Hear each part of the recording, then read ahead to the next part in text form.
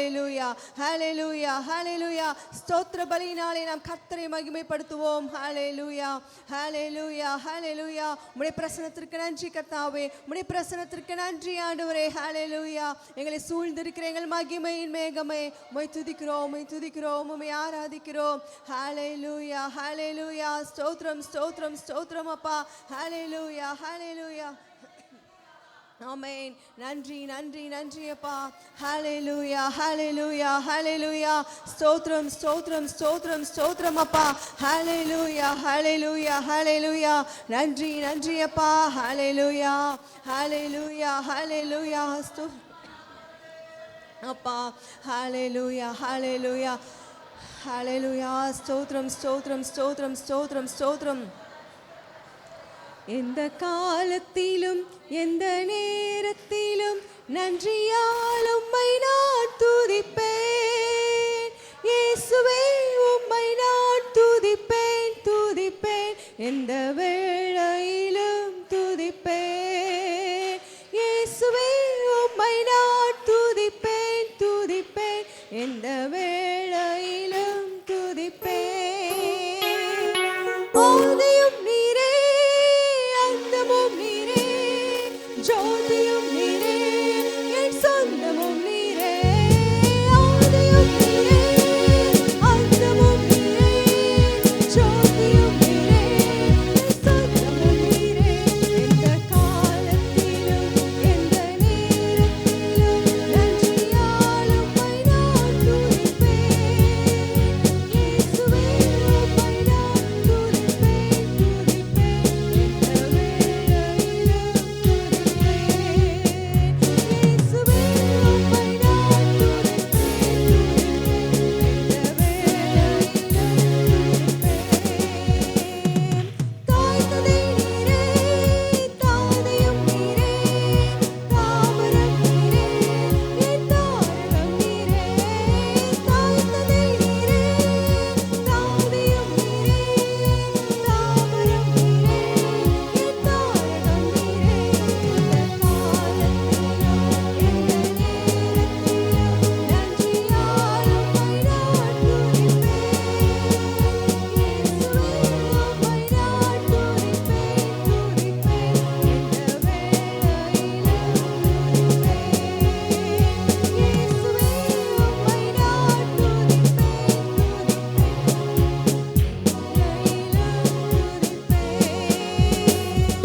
வாழ்விலும் நீரே, தாழ்விலும் நீரே, வாதையில் நீரே, என் பாதையில் நீரே. வாழ்விலும் நீரே, தாழ்விலும் நீரே, வாதையில் நீரே, என் பாதையில் நீரே. எந்த காலத்திலும் எந்த நேரத்திலும் நன்றியால் உம்மை நான் துதிப்பேன்.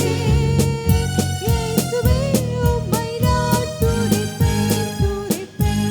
எந்த வேளையிலும் துதிப்பேன். இயேசுவே உம்மை நான் துதிப்பேன் துதிப்பேன். எந்த வேளையிலும் துதிப்பேன். இயேசுவே உம்மை நான் துதிப்பேன் துதிப்பேன். எந்த வேளையிலும் துதிப்பேன். ஆமென் அப்பா. காலையிலும் மாலையிலும் எந்த வேளையிலும் அப்பா உம்மை துதிக்கிறோம் ஆண்டவரே. ஹalleluya. எல்லா துதிக்கும் பாத்திரர் நீர் கர்த்தாவே, துதிக்கு தகுந்தவர் கர்த்தாவே. ஹalleluya. புகழத்தக்கவர் நீர், போற்றத்தக்கவர் நீர். ஹalleluya. உம்மை துதிக்கிறோம் அப்பா, உம்மை துதிக்கிறோம் அப்பா. எங்களுடைய ஆராதனையிலே பிரியப்படுகிறதான தேவன் நீர். ஹalleluya ஹalleluya. கேருபீன்கள் சேராபீன்கள் போற்று பரிசுத்தர். ஹalleluya. ஸ்தோத்திரம் ஸ்தோத்திரம். நீர் பரிசுத்தர் பரிசுத்தர் பரிசுத்தராய் இருக்கிறீர். ஹalleluya ஹalleluya. நன்றி நன்றி அப்பா. துதிக்கிறோம் துதிக்கிறோம் துதிக்கிறோம் அப்பா. ஹalleluya. ஸ்தோத்திரம் ஸ்தோத்திரம் ஸ்தோத்திரம். இந்த ஆராதனை மீதியான பகுதியை கர்த்தர் தாமே ஆசீர்வதித்து தரும்படியாக ஒருவர் சுருக்கமாக ஜெபிக்கலாம்.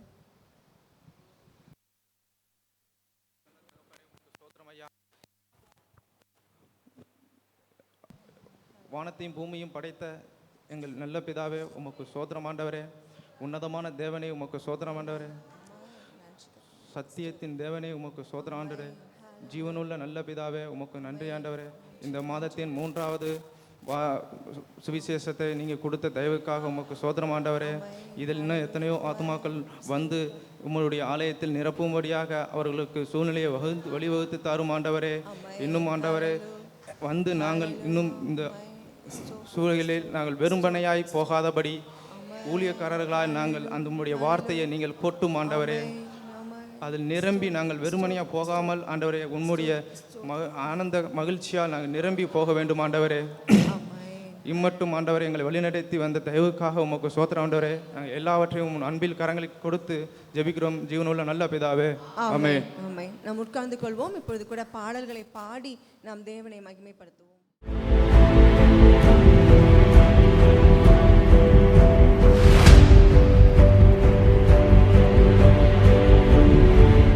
கர்த்தராகிய கிறிஸ்து என்னும் இரட்சகர் கழுதை குட்டியாகிய மறையின் மேலே வருகிறார். ஜனங்கள் எல்லோரும் மரக்கிளைகளையும் துணிமணிகளையும் ஆடைகளையும் வழியிலே விரித்து உன்னதத்திலே வருகிறவருக்கு ஓசன்னா ஓசன்னா என்று பாடி கர்த்தரை துதித்து மகிழ்ந்தார்கள் என்று நாம் பார்க்கிறோம்.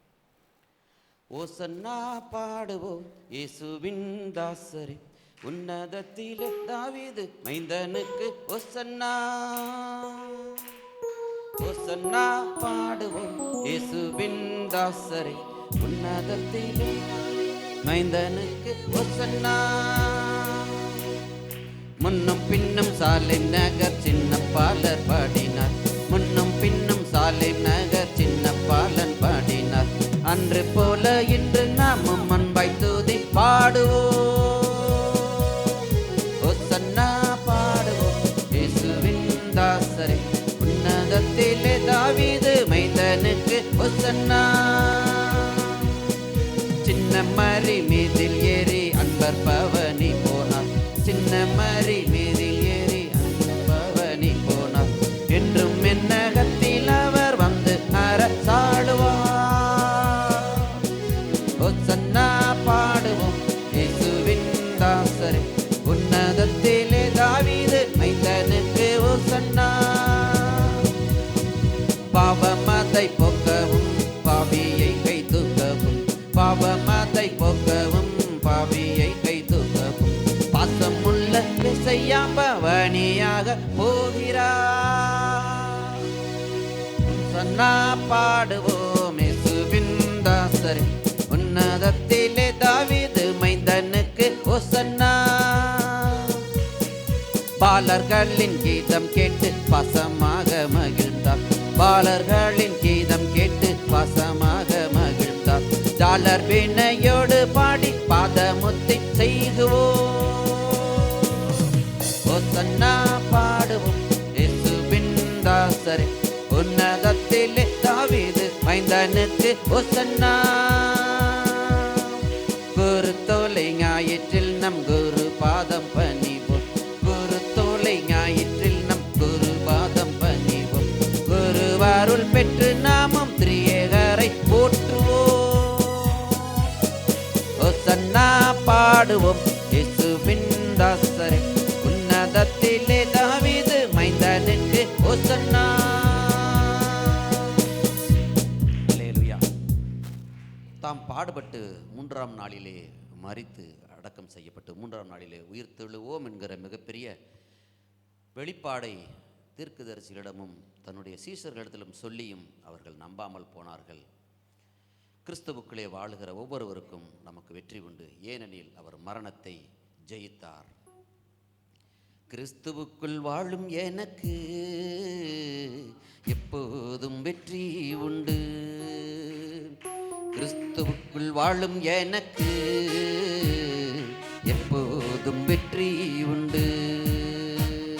வெற்றி உண்டு, வெற்றி உண்டு, வெற்றி உண்டு, நமக்கு வெற்றி உண்டு, வெற்றி உண்டு, வெற்றி உண்டு, வெற்றி உண்டு, வெற்றி உண்டு, வெற்றி உண்டு, நமக்கு வெற்றி உண்டு, வெற்றி உண்டு, வெற்றி உண்டு. என் ராஜா முன்னே செல்கிறார், வெற்றி பவனி செல்கிறார். என் ராஜா முன்னே செல்கிறார், வெற்றி பவனி செல்கிறார். குருத்தோலை கையில் எடுத்து,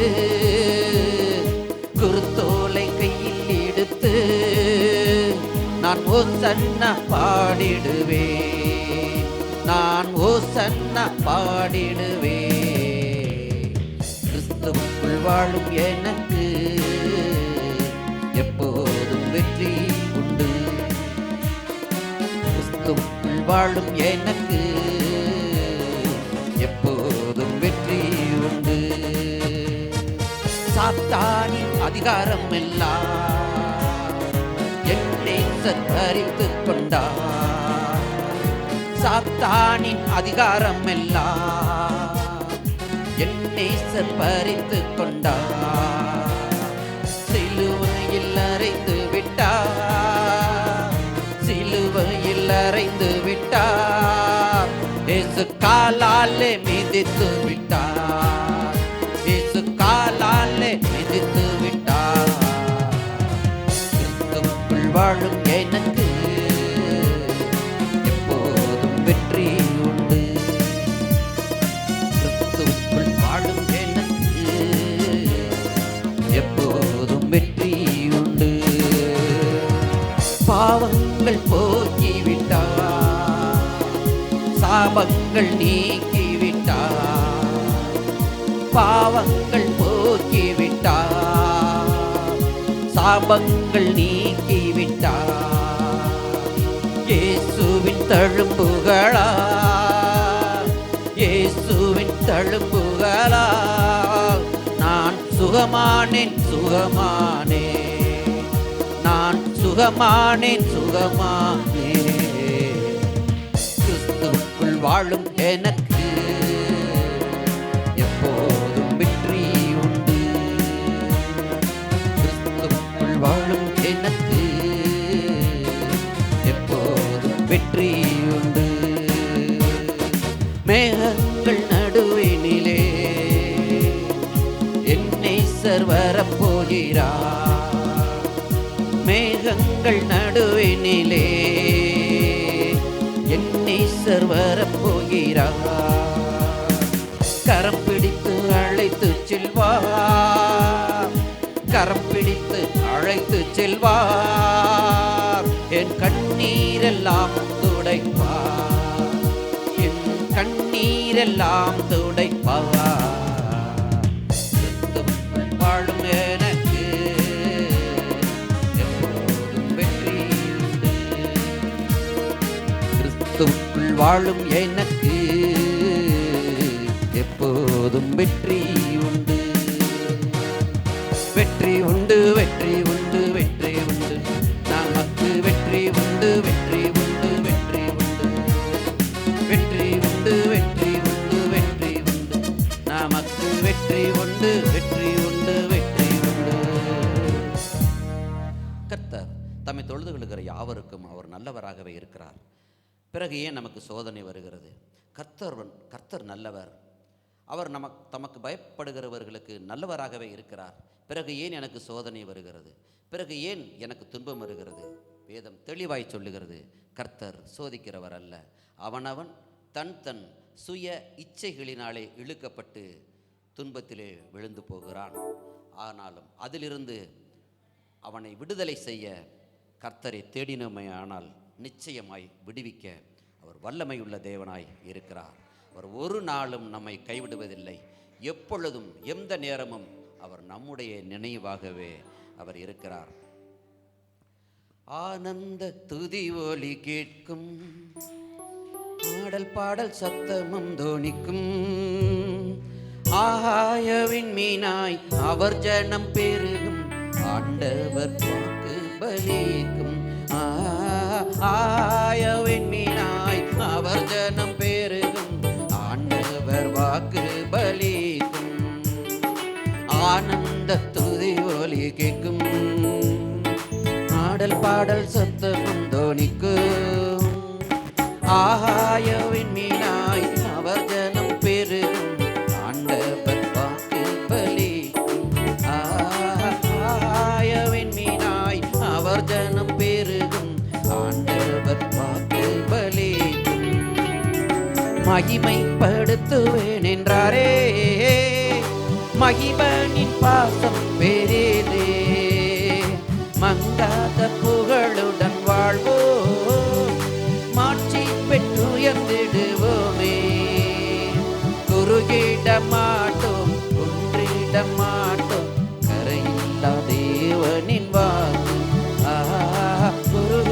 மாட்டோம், குன்றிட மாட்டோம், கரையில்லா தேவனின் வாக்கு. ஆனந்த துதி ஒலி கேட்கும், ஆடல் பாடல் சத்தம் தோனிக்கும். ஆகாயவின் மீனாய் அவர் ஜனம் பெருகும், ஆண்டவர் வாக்கு பலிக்கும். ஆகாயவின் மீனாய் அவர் ஜனம் பெருகும், ஆண்டவர் வாக்கு பலிக்கும். ஆதி நிலையை இடுவோமே, ஆசீர் திரும்ப பெறுவோம். பாழான மண்மேடுகள் யாவும் பாராளும் வேந்தன் மனையாகும். ஆதி நிலையே இடுவோமே, ஆசீர் திரும்ப பெறுவோம். பாழான மண்மேடுகள் யாவும் பாராளும் வேந்தன் மனையாகும். சிறை வாழ்வு மறையும், சீர்வாழ்வு மலரும், சீயோனின் மகிமை திரும்பும். சிறை வாழ்வு மறையும், சீர்வாழ்வு மலரும், சீயோனின் மகிமை திரும்பும். ஆனந்த துதி ஒலி கேட்கும், ஆடல் பாடல் சத்தமும் தோனிக்கும். ஆயவின் மீனாய் அவர் ஜனம் பெருகும், ஆண்டவர் வாக்கு பலிக்கும். ஆயவின் மீனாய் அவர் ஜனம் பெருகும், வாக்கு பலிக்கும். விடுதலை முழங்கிடுவோமே, விக்கினம் யாவும் அகலும்.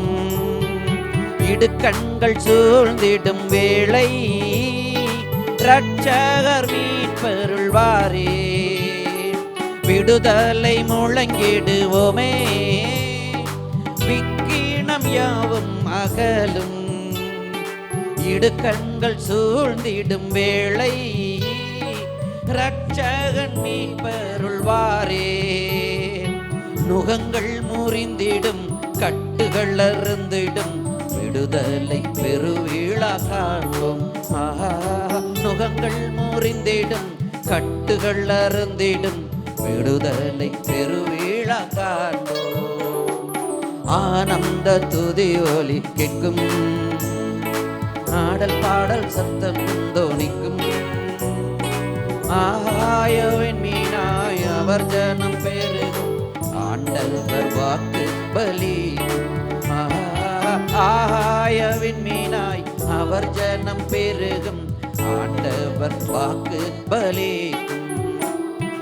யாக்கோபு நடுங்கிடுவானோ, யாக்கோபின் தேவன் துணையே. அமரிக்கை வாழ்வை காண்போம், ஆசி பெற்று உயர்ந்திடுவோமே. யாக்கோபு நடுங்கிடுவானோ, யாக்கோபின் தேவன் துணையே. அமரிக்கை வாழ்வை காண்போம், ஆசி பெற்று உயர்ந்திடுவோமே. பதறாத வாழ்வும் சிதறாத மனமும் பரமேனா தேவன் அருள்வார். பதறாத வாழ்வும் சிதறாத மனமும் பரிசாக தேவன் அருள்வார். ஆனந்த துதி ஒலி கேட்கும், ஆடல் பாடல் சத்தம் தோனிக்கும். ஆயவின் மீனாய் அவர் ஜனம் பெருகும், ஆண்டவர் வாக்கு பலிக்கும். ஆயவின் மீனாய் அவர் ஜனம் பெருகும், ஆண்டவர் வாக்கு பலிக்கும்.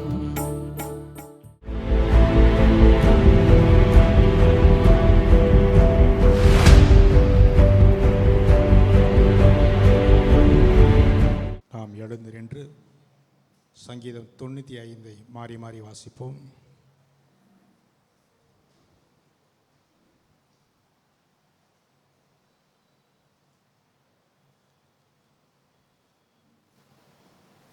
சங்கீதம் 95. கர்த்தரை கம்பீரமாய் பாடி நம்முடைய இரட்சணிய கண்மலையை சங்கீர்த்தனம் பண்ண கடவோம் வாருங்கள்.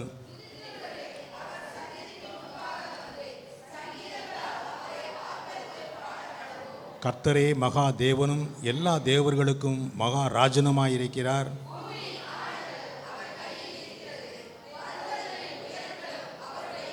சமுத்திரமும் அவருடையது, அவரே அதை உண்டாக்கினார். வெட்டாந்தரையையும் அவருடைய கரம் உருவாக்கிற்று.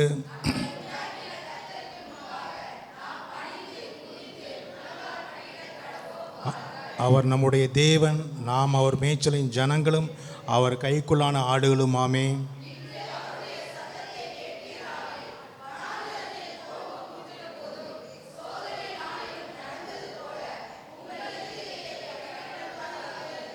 அங்கே உங்கள் பிதாக்கள் என்னை சோதித்து என்னை பரீட்சை பார்த்து என் கிரியையும் கண்டார்கள்.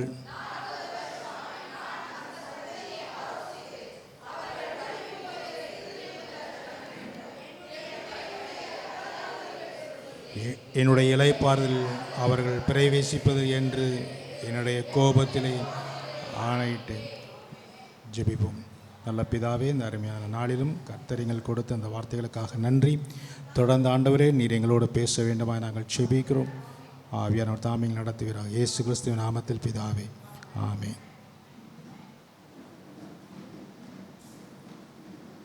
இந்த 95ஆம் சங்கீதம் நமக்கு கொடுக்கப்படுகிற ஒரு அழைப்பு. வாருங்கள் என்று கூப்பிடுகிறார்.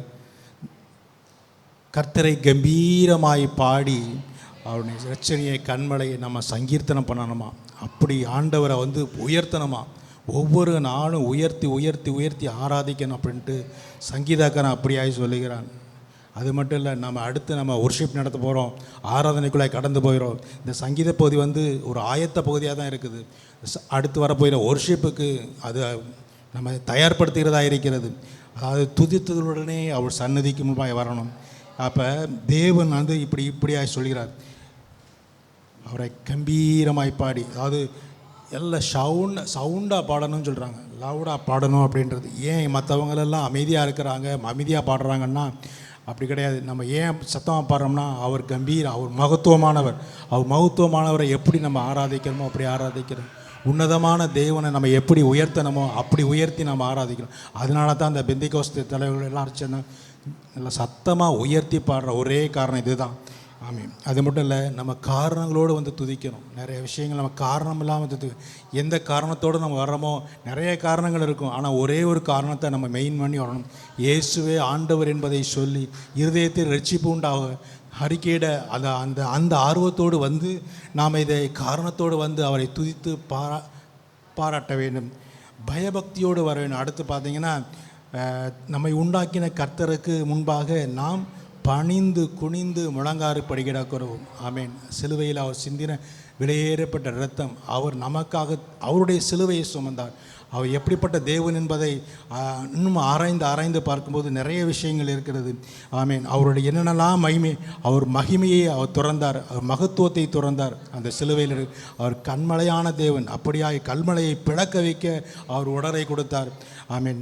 தயாபரரானவர். ஆமேன். கோட்டையான தேவன், அடைக்கலமான தேவன், அவர் இன்றும் ஜீவிக்கிற தேவன், நம்மளை விடுவிக்கிற தேவன்.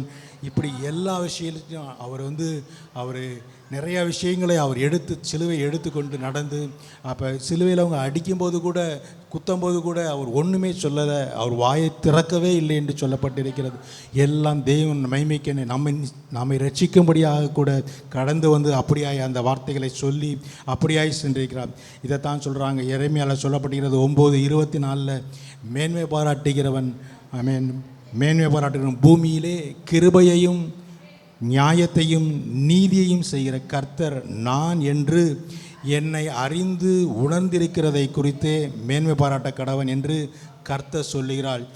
இவைகள் மேல் பிரியமாயிருக்கிறேன் என்று கர்த்தர் சொல்லுகிறார். ஆமேன். ஆமேன். மேன்மை பாராட்ட வேண்டுமென்றால் இயேசுவனுடைய கிருபையையும் அவருடைய நியாயத்தையும் அவருடைய நீதியையும் நாம் மேன்மை பாராட்ட வேண்டும். இதைத்தான் ஆண்டவர் விரும்புகிறார்.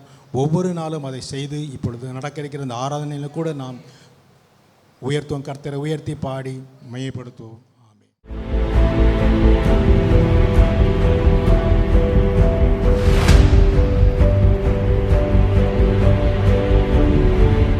நாம் அனைவரும் எழுந்து நின்று மீண்டுமாக தேவனை நாம் ஆராதிப்போம். கர்த்தரை ஆராதிக்கும்படியாக தேவன் நமக்கு மீண்டுமாக ஒரு தருணத்தை கொடுத்திருக்கிறார். ஹல்லேலூயா. கர்த்தருடைய சமூகத்திலே நாம் அசதியாயிராமல் அவரை உண்மையாய் ஆராதிப்போம். ஹல்லேலூயா. அவரை துதிக்கும் பொழுது நமக்குள்ளே கிருபை உண்டாகிறது. தேவன் நம்முடைய துதியிலே பிரியப்படுகிறார். ஹல்லேலூயா. மனம் திறந்து உள்ளம் திறந்து உள்ளத்தின் ஆழத்திலிருந்து நாம் தேவனை துதிப்போம், அவரை ஆராதிப்போம். ஹல்லேலூயா, ஹல்லேலூயா, ஹல்லேலூயா. அவருடைய பிரசன்னம் நம்மை சூழ்ந்திருக்கிறது. அவருடைய ஷெகினா மகிமை இந்த ஆலயத்தை சூழ்ந்திருக்கிறது. ஹல்லேலூயா. நாம் கண்களை மூடி நாம் யாரும் நமக்கு அருகில் இருக்கிறவர்களை பார்க்க வேண்டாம். நாம் மனதார தேவனை ஆராதிப்போம். ஹல்லேலூயா, ஹல்லேலூயா, ஹல்லேலூயா. நன்றி அப்பா, நன்றி ஆண்டவரே, நன்றி கர்த்தாவே, உம்முடைய பிரசன்னத்திற்கு நன்றி ஆண்டவரே. ஹல்லேலூயா.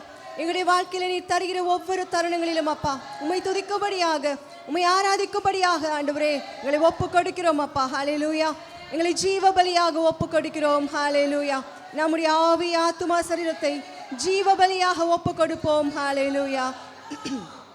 இதுவே நாம் செய்யத்தக்க புத்தி உள்ள ஆராதனை. ஹல்லேலூயா. நம்முடைய எண்ணங்களை ஓர்முகப்படுத்தி நாம் தேவனை நோக்கி பார்ப்போம். அந்த பரிசுத்தமுள்ள தேவன் நம்மிடத்தில் இருக்கிறார். ஹல்லேலூயா. நமக்குள்ளே உலாவி நம் மத்தியிலே அவர் வாசமாயிருக்கிறார். ஹல்லேலூயா, ஹல்லேலூயா. ஸ்தோத்திரம், ஸ்தோத்திரம், ஸ்தோத்திரம். ஹல்லேலூயா. வாய் துதியினால் நிறைந்திருக்கட்டும், உதடுகள் துதியினால் நிறைந்திருக்கட்டும். கர்த்தரை துதிக்கிற துதி. ஹல்லேலூயா, ஹல்லேலூயா, ஹல்லேலூயா. நன்றி அப்பா, நன்றி ஆண்டவரே, உம்முடைய பிரசன்னத்திற்கு நன்றி ஆண்டவரே. நீர் எங்களுக்குள்ளே ஆசைப்படுவதற்காக நன்றி அப்பா. ஹல்லேலூயா, ஹல்லேலூயா. நீர் எங்களுடைய வாழ்க்கையில பாராட்டின எல்லா கிருபைகளுக்காக உமக்கு நன்றி செலுத்துகிறோம் அப்பா. ஹல்லேலூயா. எங்களுக்கு நீ ஜீவனை தந்ததும் அல்லாமல் தயவையும் பாராட்டினீரே ஆண்டவரே. ஹல்லேலூயா. எவ்வளோ பெரிய இரக்கம் ஆண்டவரே, எவ்வளோ பெரிய கிருபை ஆண்டவரே. எங்களுடைய ஜீவனை பார்க்கிலும் அது மேலானது. ஹல்லேலூயா. எங்களுடைய ஜீவனை பார்க்கிலும் அது மேலானது தகப்பனே. ஹல்லேலூயா, ஹல்லேலூயா, ஹல்லேலூயா. நன்றி அப்பா, நன்றி ஆண்டவரே, நன்றி ஆண்டவரே. உம்மை துதிக்கிறோம், உம்மை துதிக்கிறோம், துதிக்கிறோம், துதிக்கிறோம். ஹல்லேலூயா. உம்முடைய பிரசன்னத்திற்காக நன்றி, உம்முடைய பிரசன்னத்திற்காக நன்றி. நீர் அசைவாடுவதற்காக நன்றி கர்த்தாவே. ஹல்லேலூயா, ஹல்லேலூயா. மகிமையின் மேகமே, எங்கள் மகிமையின் மேகமே, உம்மை துதிக்கிறோம், உம்மை துதிக்கிறோம், உம்மை துதிக்கிறோம் அப்பா. ஹல்லேலூயா, ஹல்லேலூயா, ஹல்லேலூயா, ஹல்லேலூயா, ஹல்லேலூயா. நன்றி, நன்றி அப்பா. ஸ்தோத்திரம், ஸ்தோத்திரம், ஸ்தோத்திரம். அவரை நோக்கி பார்த்தவர்கள் பிரகாசம் அடைந்தார்கள், அவருடைய முகங்கள் வெட்கப்படவில்லை.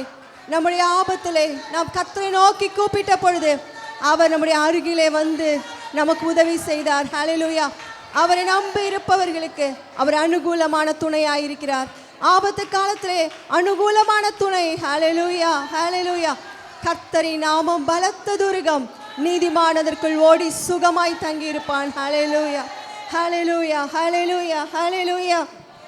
அப்பா நன்றி, நன்றி ஆண்டவரே. ஹல்லேலூயா. எங்களுடைய கால்களை ஆண்டவரே பலப்படுத்தினீரப்பா. எத்தனையோ அந்தகாரமான சூழ்நிலையை நாங்கள் கடந்து வந்தோம் அப்பா. பயப்படாதே, நான் உன்னுடனே கூட இருக்கிறேன் என்று எங்களுக்கு வாக்கு பண்ணினீர் ஆண்டவரே. ஹல்லேலூயா. எங்களுடைய வலது கரத்தை பிடித்து எங்களை நடத்தி கொண்டு வந்ததான தேவன். ஹல்லேலூயா, ஹல்லேலூயா.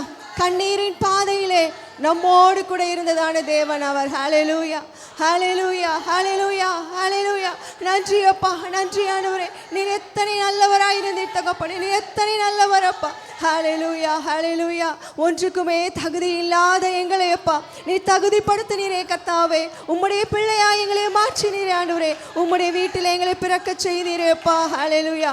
உன்னதத்தின் சகல ஆசீர்வாதத்தினாலும் நம்மை நிறைத்ததான தேவன். ஹல்லேலூயா, ஹல்லேலூயா, ஹல்லேலூயா. இந்த காலை வேளையிலே உள்ளத்திலே கலக்கத்தோடும் பாரத்தோடும் நாம் ஒருவராயும் இராதபடி கர்த்தரை துதித்து துதித்து நாம் பலன் கொள்ளுவோம். நம்முடைய வாழ்க்கையின் எல்லா பகுதியிலும் அவர் நம்மோடே கூட இருந்தார். ஹல்லேலூயா. நாம் அறியாத பாதையை நம்ம நடத்தி வந்ததான தேவன். ஹல்லேலூயா. என் கிருபை உனக்கு போதும், என் கிருபை உனக்கு போதும், உன் பலவீனங்களில் என் கிருபை உனக்கு போதும் என்று சொன்ன தேவன். ஹல்லேலூயா. நமக்கு பலனை கொடுத்தார், பலனை கொடுத்தார். ஹல்லேலூயா, ஹல்லேலூயா, ஹல்லேலூயா. எந்த மனிதர்களை நோக்கி பார்க்க வேண்டாம். ஹல்லேலூயா. அவரே வழியும் சத்தியமும் ஜீவனுமாயிருக்கிறார். ஹல்லேலூயா, ஹல்லேலூயா, ஹல்லேலூயா. நன்றி, நன்றி அப்பா, நன்றி கர்த்தாவே, நன்றி தகப்பனே. ஹல்லேலூயா, ஹல்லேலூயா, ஹல்லேலூயா, ஹல்லேலூயா. அப்பா நாங்கள் உம்மையே நம்பி இருக்கிறோம் கர்த்தாவே, உம்மையே நம்பி இருக்கிறோம் கர்த்தாவே, உம்மையே பற்றி கொண்டு இருக்கிறோம் அப்பா. உம்மையே நம்பி இருப்பவர்களை நீர் பூரண சமாதானத்தோடு காத்துக்கொள்கிறீர். ஹல்லேலூயா, ஹல்லேலூயா. நன்றி கர்த்தர் தமது ஜனத்திற்கு பலன் கொடுக்கிறார். கர்த்தர் தமது ஜனத்துக்கு பலன் கொடுக்கிறார். ஹalleluya. அவருடைய பலத்தினால எல்லாவற்றையும் கடந்து போகும்படியாக, யோர்தானை தாண்டி செல்லும்படியாக, ஹalleluya, அவர் நமக்கு பலனை கொடுக்கிறார். ஹalleluya, ஹalleluya. அக்கினியிலே நாம் நடந்தாலும் நாம் வெந்து போவதில்லை. ஹalleluya. அந்த தீயின் மனம் கூட நம் மீது படுவதில்லை. ஹalleluya. அந்த மனம் நம் மீது வீசுவதில்லை. ஹalleluya. கர்த்தர் நமக்கு கிருபையாக இருக்கிறார். ஹalleluya. நமக்காரனான துணையாக இருக்கிறார். ஹalleluya, ஹalleluya. ஸ்தோத்திரம், ஸ்தோத்திரம் அப்பா. நன்றி கர்த்தாவே, உம்மையே நம்பி இருக்கிறோம் அப்பா. உம்மையே நம்பி உள்ளோம் கர்த்தாவே. ஹalleluya, ஹalleluya. நன்றி, நன்றி அப்பா. நன்றி கர்த்தாவே. அப்பா நன்றி, நன்றி, நன்றி, நன்றி. ஸ்தோத்திரம், ஸ்தோத்திரம், ஸ்தோத்திரம் அப்பா. ஹalleluya, ஹalleluya, ஹalleluya. நன்றி, நன்றி தகப்பனே. நன்றி அப்பா. ஹalleluya, ஹalleluya. உம்மையே நம்பி உள்ளோமே ஏசையா, உம்மையே நம்பி உள்ளோமே, உம்மையே நம்பி உள்ளோமே ஏசையா, உம்மையே நம்பி உள்ளோமே, உம்மையே நம்பி உள்ளோமே ஏசையா, உம்மையே நம்பி உள்ளோமே, உம்மையே நம்பி உள்ளோமே ஏசையா, உம்மையே நம்பி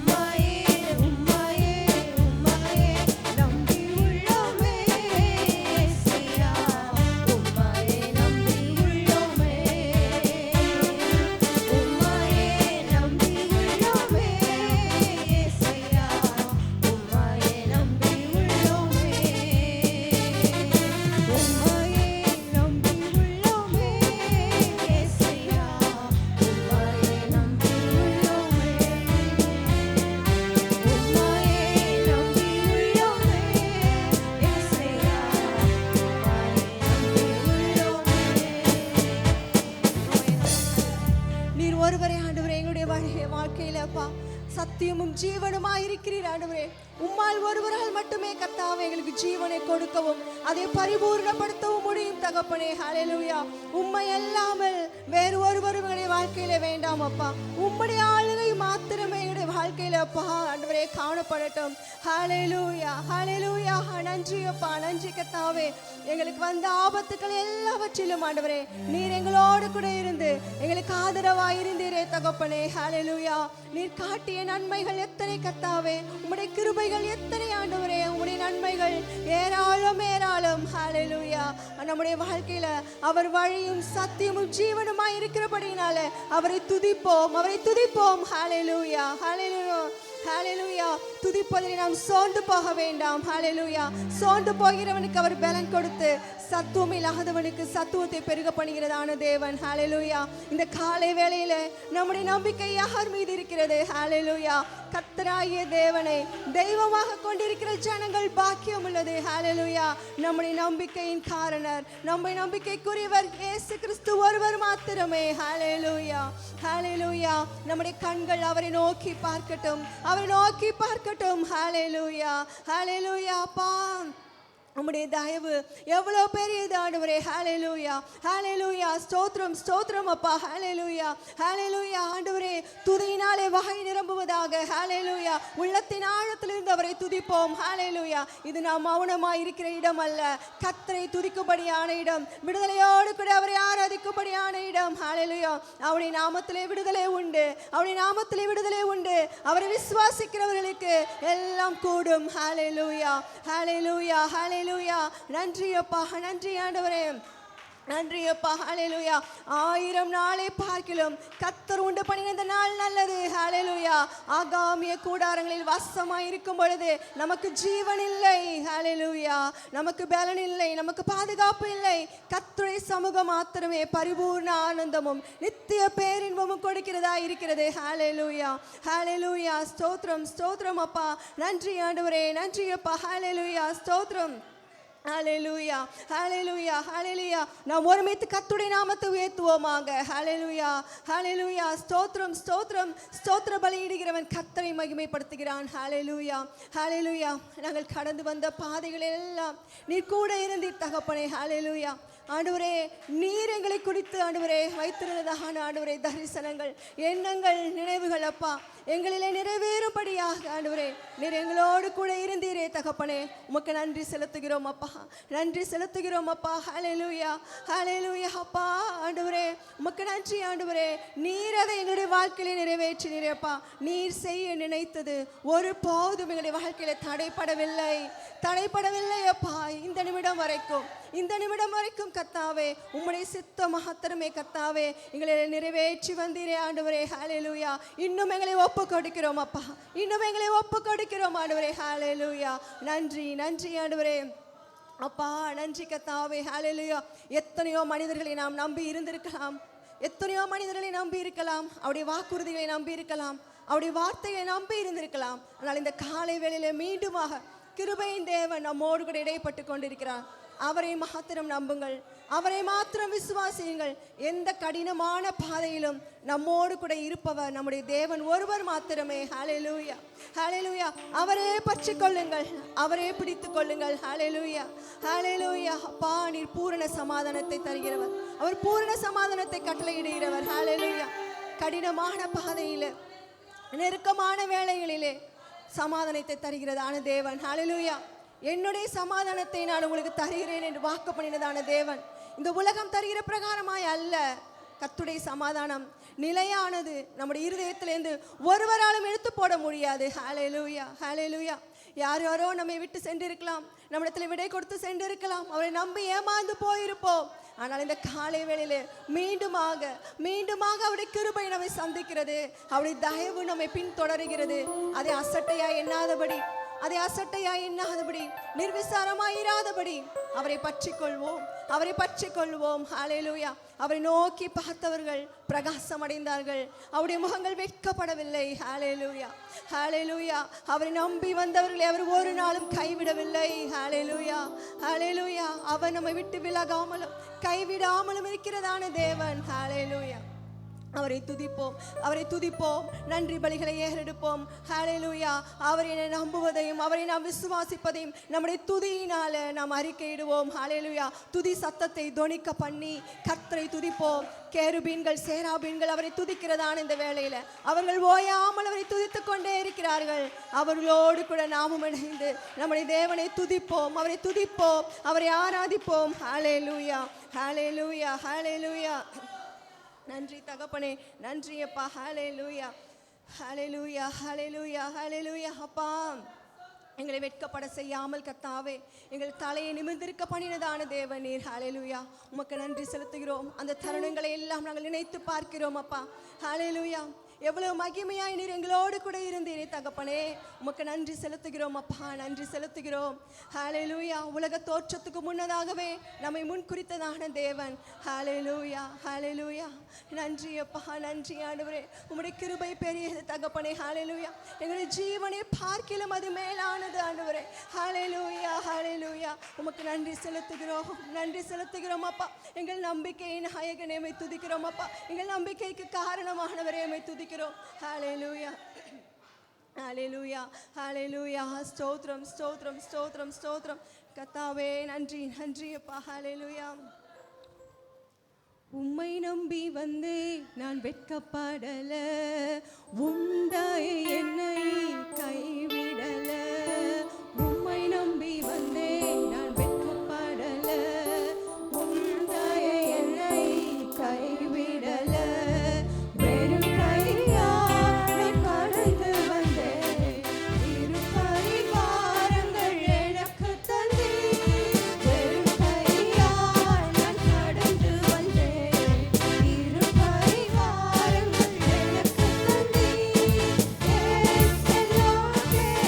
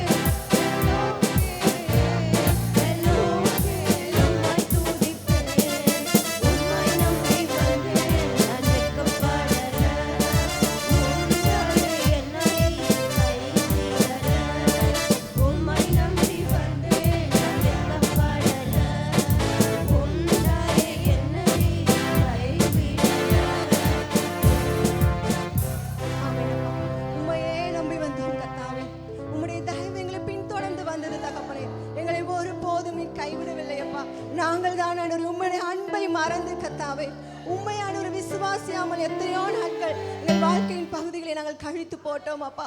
உம்முடைய தயவு எங்களை பின்தொடர்ந்து வந்ததே கர்த்தாவே.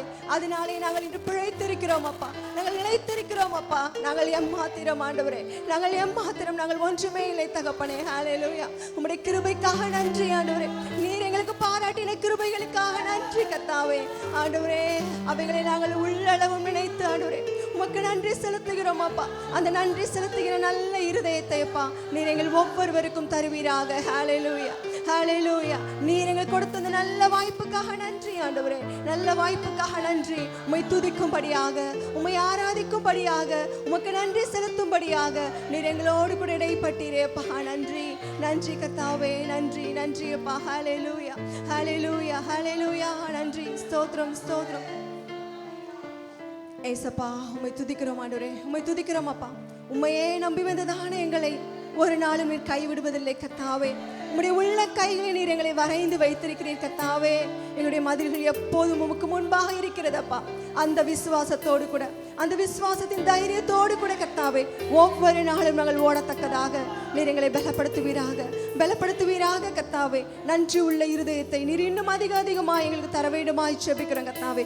ஒரு நாளும் ஆண்டவரே உம்மை மறக்காத இருதயம் அப்பா, உம்மையே நோக்கி பார்க்கிற கண்கள் அப்பா, உம்மையே விசுவாசிக்கிற அந்த நல்ல இருதயத்தை எங்கள் ஒவ்வொருவருக்குள்ளாக நீர் பெருக பண்ணுவீராக.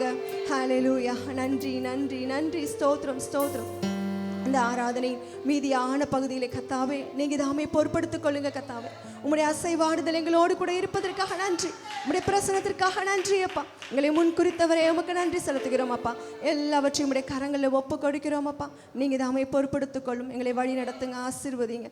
இயேசுவின் நாமத்தில் ஜெபிக்கிறேன் பிதாவே, ஆமென்.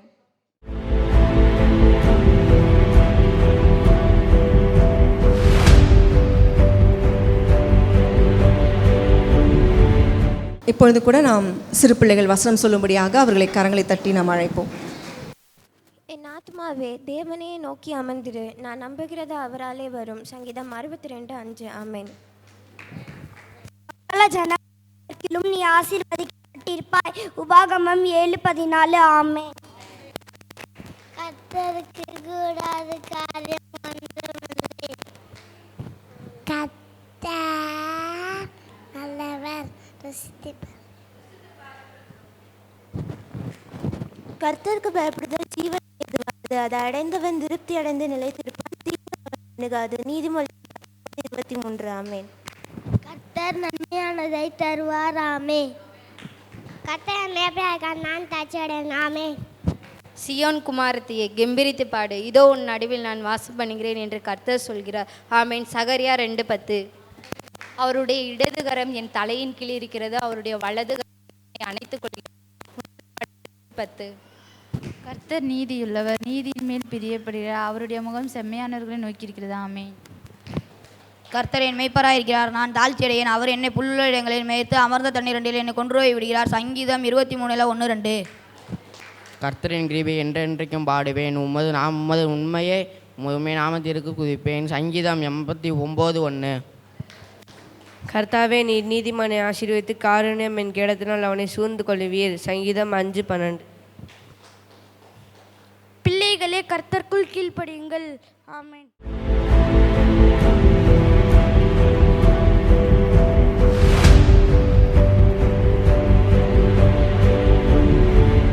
கர்த்தருக்கு மகிமை உண்டாவதாக. கர்த்தர் மீண்டுமாக நமக்கு ஒரு வாய்ப்பை கொடுத்திருக்கிறார். கர்த்தருடைய வார்த்தைகள் எப்பொழுதெல்லாம் நம்மை நோக்கி வருகிறதோ அது தேவன் நமக்கு கொடுத்த நல்ல ஒரு வாய்ப்பாக அதை பயன்படுத்தி கொண்டு அந்த வார்த்தையை விசுவாசித்து அதன்படி வாழும்படியாக தேவன் நமக்கு கிருபை செய்வாராக. இது ஏதோ ஒரு பிரசங்கம் போலவோ அல்லது சொற்பொழிவு போலவோ அல்ல. கிறிஸ்தவ வாழ்க்கை என்பது தேவன் நமக்கு தருகிற அந்த வார்த்தையானது நம்முடைய வாழ்க்கையை மாற்றுவதற்காக தான். எப்பொழுதும் போலவே நம்முடைய வாழ்க்கை இருக்குமானால் இந்த வார்த்தைகளை கேட்பதனால ஒரு பிரயோஜனம் இல்லை.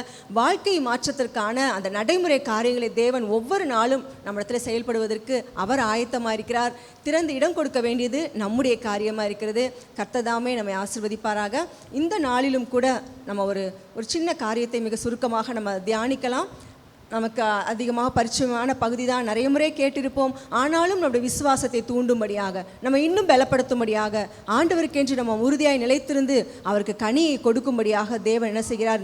இந்த வார்த்தைகளை நம்மோடு கூட மீண்டுமாக பேசுகிறார். இந்த நாளிலும் கூட விசுவாச வாழ்க்கையின் திறவுகோள்கள் என்ற தலைப்பின் கீழே சுருக்கமாக ஒரு சில காரியங்களை நம்ம தியானிக்கலாம். விசுவாச வாழ்க்கையின் திறவுகோள்கள்.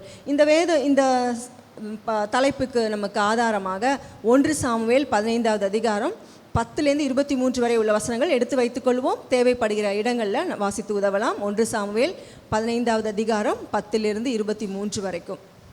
இந்த காலை வேளையிலும் கூட தேவனுடைய வார்த்தையை கேட்க வந்திருக்கிறதான நம்மை பார்த்து ஆண்டவர் கேட்கிறதான காரியம், உங்களுக்கு அதிக விசுவாசம் வைத்திருக்க விரும்புகிறீர்களா, அல்லது உங்களுக்கு அதிக விசுவாசம் இருக்க வேண்டும் என்று விரும்புகிறீர்களா? இது தேவன் நம்மை பார்த்து கேட்கிறதான கேள்வி.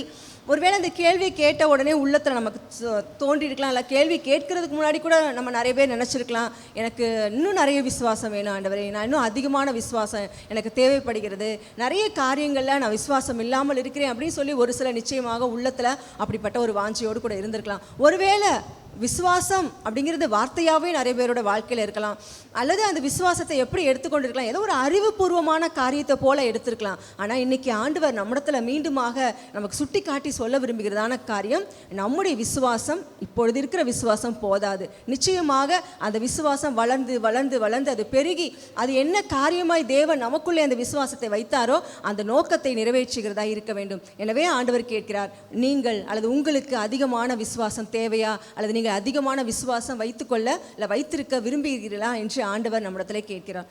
அப்போ ஏன் இந்த கேள்வி நம்மை நோக்கி வருகிறது என்றால், நம்மை நாமே ஒரு விசை கூட நம்மை ஆராய்ந்து பார்க்கும்படியாக, பிறர் நமக்கு சொல்லுவதை விட, யாரோ ஒருவர் நம்மிடத்தில் ஏதாவது ஒன்று சுட்டி காட்டி சொல்வதை விட, அவங்க சொல்லட்டும் அதுக்கப்புறம் நான் பார்த்து கொள்ளலாம் என்று இருப்பதை விட, நம்மை நாமே என்ன செய்து கொள்ளலாம், அனுதினமும் ஒவ்வொரு சூழ்நிலையிலும் ஒவ்வொரு நேரங்களிலும் நம்மை நாமே நாம் ஆராய்ந்து பார்க்கலாம். என்னிடத்தில் இருக்கிற விசுவாசம் எப்படிப்பட்டதாக இருக்கிறது, நான் விசுவாசத்தில் பெருகி இருக்கிறேனா, இல்லை இடத்துல இருந்த விசுவாசம் குறைந்து போயிருக்கிறதா, இல்லை விசுவாசமே இல்லாமல் நான் இருக்கிறேனா என்று சொல்லி நம்ம என்ன செய்யலாம், நம்மை நாமே ஆராய்ந்து பார்க்கும்படியாக தான் ஆண்டவர் என்ன செய்கிறார், நம்மிடத்தில் இந்த கேள்வியை கேட்கிறார். இப்படி கேட்பதின் மூலமாக, ஏன் இந்த கேள்வி என்றால், நிறைய நேரங்களில் நம்ம தவறுகள் செய்கிறோம், மனிதர்கள் நம்ம தவறுகள் செய்கிறோம். உடனே மனிதர்கள் அப்படி சொல்லி அதை அண்டர்லைன் பண்ணாமல், நம்ம தேவனுடைய பிள்ளைகள் எப்பொழுதும் தவறு செய்து கொண்டே இருக்க வேண்டும் என்று அல்ல.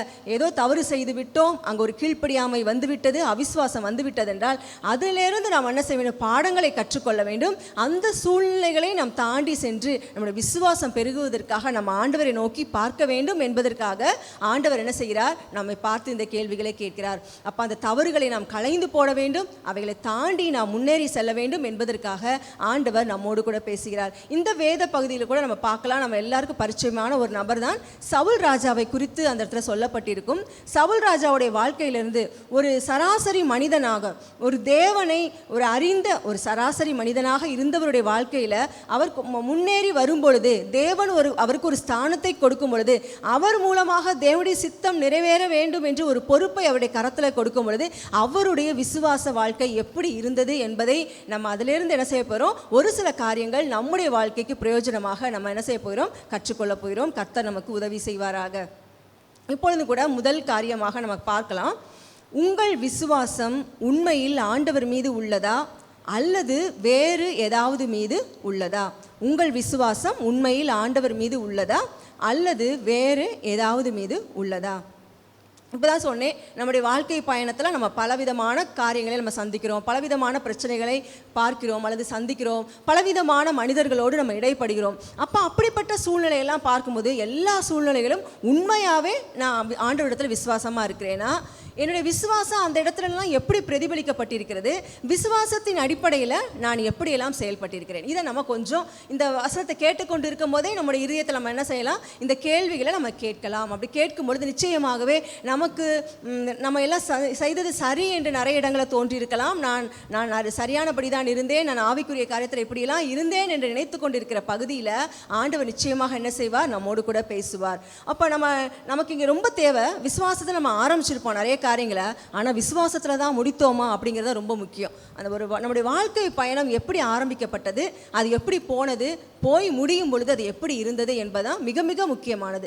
வாழ்க்கையில் நம்ம பார்க்கிறோம், பவுல் அப்போஸ்தலன் தன்னுடைய வாழ்க்கையில் சொல்கிறார், அவர் விசுவாசத்தில் ஆரம்பித்தார், கர்த்தரை பற்றும் விசுவாசத்தில், கர்த்தர் மீது வைக்கிறதான நம்பிக்கை, அவர் மீது கொண்டதான அன்பு, இதில் துவங்கினதான மனிதன் அந்த விசுவாசத்திலும் அன்பிலும் வைராக்கியத்திலும் எல்லா சூழ்நிலைகளிலும் அவர் கடந்து வந்த எல்லா பாதைகளிலும் அவர் விசுவாசத்தை காத்து கொண்டேன் என்று சொல்லி என்ன செய்கிறார், தன்னுடைய வாழ்க்கையின் முடிவிலே சொல்லுகிறதை பார்க்கிறோம். அதுதான் ரொம்ப முக்கியம். ஒரு வாழ்க்கையில் ஒரு மனிதன், நிறைய பேர் மனிதர்களை பற்றி பேச சொன்னால் வாழ்க்கையை ஆரம்பித்த காரியங்களை பற்றி சிலாகித்து பேசுவார்கள், நிறைய பெருமையாக பேசுவார்கள். அவர்கள் எப்படி வாழ்க்கையை முடித்தார்கள் என்பதுதான் மிக மிக முக்கியமான காரியமாக இருக்கிறது. அதுதான் அங்கதான் என்ன செய்யும், அவர்கள் எப்படி தன்னுடைய வாழ்க்கை பயணத்தில் தேவனை பிடித்து கொண்டார்கள், எந்தெந்த சூழ்நிலைகளே அவருடைய விசுவாசம் கிரியை செய்தது என்பதிலிருந்து நாமும் நிறைய கற்றுக்கொள்வதற்காக தான் நமக்கு முன்பாக நிறைய பரிசுத்தவான்கள் கடந்து போயிருக்கிறார்கள். ஏதோ ஆரம்ப காலங்களும் அவங்களுடைய வாழ்க்கையில் ஏதோ உணர்ச்சி வசப்பட்ட சில காரியங்களை மாத்திரம் நம்ம எடுத்துக்கொள்ளாதபடி அவருடைய முடிவு எப்படி இருந்தது என்பதை நம்ம என்ன செய்ய வேண்டும், பார்க்க வேண்டியதாக இருக்கிறது. அப்போ இங்கே நம்ம சவுல் ராஜாவை பார்க்கும் பொழுது ஒரு அற்பமான மனிதராக தான் காணப்பட்டார். எல்லாரையும் போல ஒரு சராசரி குடிமகனாக இஸ்ரவேல் தேசத்தில் இருந்தவர். தன்னுடைய தகப்பானவருடைய கழுதையை தொலைந்து போன பொழுது என்ன செய்தார், அதை தேடி சென்ற பொழுது ஆண்டவர் என்ன செய்தார், அவரை சந்தித்தார், அவருடைய கரத்தில் ஒரு பொறுப்பை கொடுத்தார். அப்போ ஒரு சராசரி மனிதனாக இருக்கும் பொழுது கூட அவருடைய வாழ்க்கையில் ஆண்டவர் மீது நம்பிக்கை இருந்தது. நம்ம ஆண்டவருடைய மனுஷனிடத்தில் போவோம், தேவ மனுஷனிடத்தில் போவோம், அவரிடத்துல போய் கேட்போம் என்கிறதான ஒரு விசுவாசம் உள்ள இருதயம் அவருக்குள்ள காணப்பட்டது. ஆனால் என்றைக்கு தேவன் அவருக்கு ஒரு ஸ்தானத்தை கொடுத்தாரோ அந்த ஸ்தானத்தில் இருந்து அந்த விசுவாச வாழ்க்கையை பலப்படுத்தி சூழ்நிலைகள் எல்லாம் அந்த விசுவாசத்தை அதை பிரயோகிக்காமல் அவர் என்ன செய்தார், அவருடைய முடிவை பார்க்கும் பொழுது விசுவாசம் இல்லாத மனிதராக அவர் முடித்ததை நம்ம பார்க்கிறோம். அது நமக்கு இன்றைக்கு மாதிரி அல்ல. அவர் செய்த தவறுகளை நாம் செய்வதற்காக அல்ல, அவைகளை நாம் செய்யக்கூடாது என்பதற்காக ஆண்டவர் என்ன செய்கிறார், இன்றைக்கு நம்மோடு கூட பேசுகிறார். அப்போ நம்ம வாழ்க்கையில் இன்னைக்கு ஒவ்வொரு நாளும் நம்ம காலையில் எழுந்திருக்கிறோம், நம்ம காலையில் எழுந்ததுலேருந்து இரவு படுக்கைக்கு போகிற வரைக்கும் எத்தனையோ வேலைகளை செய்கிறோம், எத்தனையோ காரியங்களை செய்கிறோம், எத்தனையோ தீர்மானங்களை எடுக்கிறோம், எத்தனையோ வகையான பேச்சுக்களை பேசுகிறோம். அதெல்லாம் முடித்து அந்த ஒவ்வொரு நாளிலும் நீங்கள் நினைக்க வேண்டும், இந்த நாளை தேவன் எனக்கு ஒரு வாய்ப்பாக கொடுத்தார். என்ன வாய்ப்பு? நான் என்னுடைய வாழ்க்கையில் நான் சந்தித்ததான காரியங்கள் அல்லது வேலைகள், என்னோடு கூட இடைப்பட்ட மக்கள் மத்தியில் என்னுடைய விசுவாச வாழ்க்கை எப்படி இருந்துச்சு, என்னுடைய விசுவாசம் வளர்ந்ததா இல்லது அந்த விசுவாசத்தை நான் ஒழித்து போட்டேனா, எப்படி இருந்தது என்பதை நான் ஆராய்ச்சி செய்து ஆராய்ந்து பார்க்கும்படியான ஒரு வாய்ப்பாக ஆண்டவர் கொடுக்கிறார். மனிதருக்கு நமக்கு தெரியாது அடுத்த நிமிடம் என்ன நடக்கும் என்று தெரியாது, அடுத்து யாருக்குமே எதுவுமே தெரியாது. அப்போ நமக்கு கொடுக்கப்பட்ட அந்த நிமிடங்கள், அந்த நொடி பொழுதுகள் நம்முடையவைகள். அவைகளில் நான் எவ்வளவு தூரம் உண்மையாக இருந்தோம் அதுதான் ஆண்டவர் பார்க்கிறார். நம்முடைய இருதயம் எவ்வளவு அவரை நோக்கி பார்த்தது, எவ்வளோ நேரம் அவரை நாம் சார்ந்திருந்தோம் என்பதான் என்ன செய்கிறார், ஆண்டவர் நம்மிடத்துல கேட்டார். அப்போ நம்முடைய வாழ்க்கையில் நிறைய நேரம் எல்லாருக்கும் ஒன்று போல இருக்குமா, எப்பொழுதுமே ஆண்டவரை 100% நான் விசுவாசிக்கிற மாதிரியே இருக்கு அப்படி சொல்லுவதற்காக எதுவுமே இல்லை. வாழ்க்கையில் நிறைய பகுதிகளை நம்ம சந்தித்து தான் ஆக வேண்டும். சில நேரத்தில் நம்முடைய விசுவாசத்தை ஆட்டி பார்க்கறது போல தான் இருக்கும். இன்னைக்கு ஒரு விசுவாசம் இருந்திருக்கும், நான் அதில் தொடர்ந்து அடுத்து இதே போல் நான் தொடர்ந்து போவேனா அப்படிங்கிறது பல கேள்விகளை போடுகிறது போல இருக்கும். அந்த மத்தியில் தான் ஆண்டவர் சொல்லுகிறார், அப்படிலாம் சூழ்நிலைகளை நம்ம சந்திக்கும் போது நமக்கு தெரியும், இது மாதிரி எல்லாரையும் கேட்டால் ஒவ்வொருத்தரும் ஒவ்வொரு சூழ்நிலையை சொல்லுவோம். இப்படிப்பட்ட சூழ்நிலைலாம் வந்தது, நான் விசுவாசத்தை நிற்பேனான்னு எனக்கே தெரியல, விசுவாசம்லாம் தளர்ந்து போச்சு, விசுவாசத்தை சமரசம் பண்ணுறது மாதிரி இருந்தது, ஆண்டவர் மேலே இருந்த நம்பிக்கையெல்லாம் என்னை விட்டு போனது போல இருந்தது அப்படின்னு சொல்கிறதுக்கு நிறைய சூழ்நிலைகள் நம்ம நிறைய சொல்லுவோம். ஆனால் அந்த இடத்துல தான் ஆண்டவர் கேட்கிறார், நம்ம அந்த விசுவாசம் குறைந்து போவது போல, ஆண்டவர் மீது நாம் வச்ச நம்பிக்கை குறைந்து போவது போல இருக்கும் பொழுது நாம் தேவனை புறக்கணித்தோமா, அல்லது இன்னும் அதிகமாக ஆண்டவரே என்னுடைய விசுவாசம் தள்ளாடுகிறதப்பா, இந்த சூழ்நிலையை பார்க்கும் பொழுது நான் உமக்காக இன்னும் வைராக்கியமாக இருப்பேனான்னு தெரியல ஆண்டவரே, என்னுடைய காரியங்கள் இப்படி இருக்கிறதே, எனக்கு உதவி செய்யுங்க அப்பா அப்படின்னு சொல்லி ஆண்டவரை நோக்கி பார்த்தோமா, அதுதான் இன்னைக்கு ஆண்டவர் கேட்கிறார். அப்போ இப்படிப்பட்ட சூழ்நிலைகள் வரும்போது ஆண்டவர் நமக்கு சொல்லிக் கொடுக்கிறார், கற்றுக் கொடுக்கிறார்.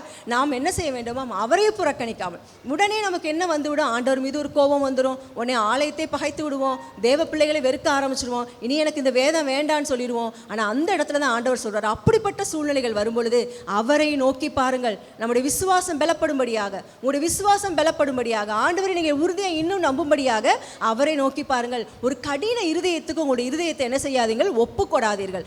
கடின இருதயம் வருவது போல தான் சூழ்நிலைகள் வரும், அவிசுவாசமான வார்த்தைகள் பேசுவது போல தான் சூழ்நிலைகள் வரும். ஆனால் அந்த இடத்துல ஆண்டவர் சொல்கிறார், அவரை நோக்கி பாருங்கள். ஒரு தாழ்மை உள்ள இருதயத்தை ஆண்டவர் என்னாலும் எதிர்பார்க்கிறார். மனிதர்களுக்கு எப்போவுமே பார்த்தீங்கன்னா ஏதாவது ஒரு விஷயம் கொஞ்சம் அவங்க நினச்சது மாதிரி நடந்துச்சுன்னா உடனே ஒரு பெருமை அவங்களுக்குள்ளே வந்துடும். அதுவும் குறிப்பாக ஆவிக்குரியவர்களை பார்த்துட்டா, இன்னைக்கு நான் ஜெபம் பண்ண அடுத்த நிமிஷத்தில் எனக்கு நடந்துருச்சு அப்படின்னு சொல்லும் பொழுது அது ஆண்டவருக்கு நன்றி சொல்லி நம்ம இன்னும் தாழ்த்த வேண்டும் என்று இல்லாதபடி நம்மை நாமே ஒன்று என்ன செஞ்சிருவோம், அந்த இடத்துல உயர்வாக நினைத்து கொள்வோம், அதை ஒரு பெருமையாக பேசுவோம். அதுதான் என்ன செய்வதுன்னா, அடுத்து ஒரு சூழ்நிலை வரும் பொழுது இங்கே பெருமை அடைந்ததுனால அடுத்து ஒரு சூழ்நிலை கொஞ்சம் வேற மாதிரி வந்தது அப்படின்னா அங்கே விசுவாசத்தில் நிலை நிற்க முடியாதபடி ஒரு கடின இருதயம் நமக்குள்ளே வந்து விடுகிறது. ஆண்டவர் இன்று கற்றுத்தருகிறார். தேவன் நமக்கு வாக்கு கொடுத்தது என்னவென்றால், உபாகமம் 4வது அதிகாரம் 29வது வசனம். உபாகமம் 4:29.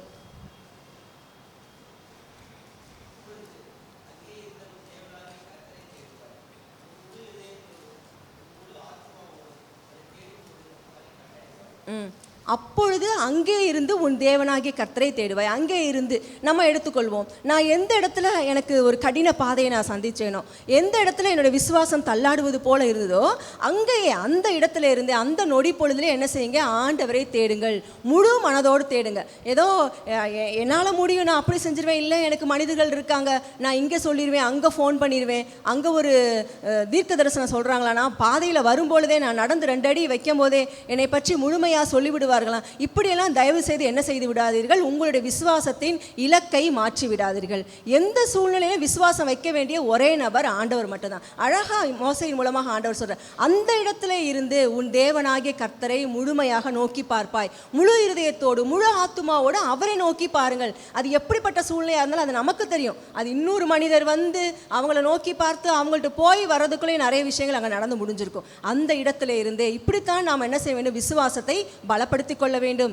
ஆண்டவர் நமக்கு இதற்கு தான் கிருபை தருகிறார், இதற்கு தான் நமக்கு என்ன செய்கிறார், வாய்ப்பை தருகிறார். ஞானி கூட நமக்கு ஒரு ஆலோசனை சொல்லுகிறார். நீதிமொழிகள் 3வது அதிகாரம் 5-6.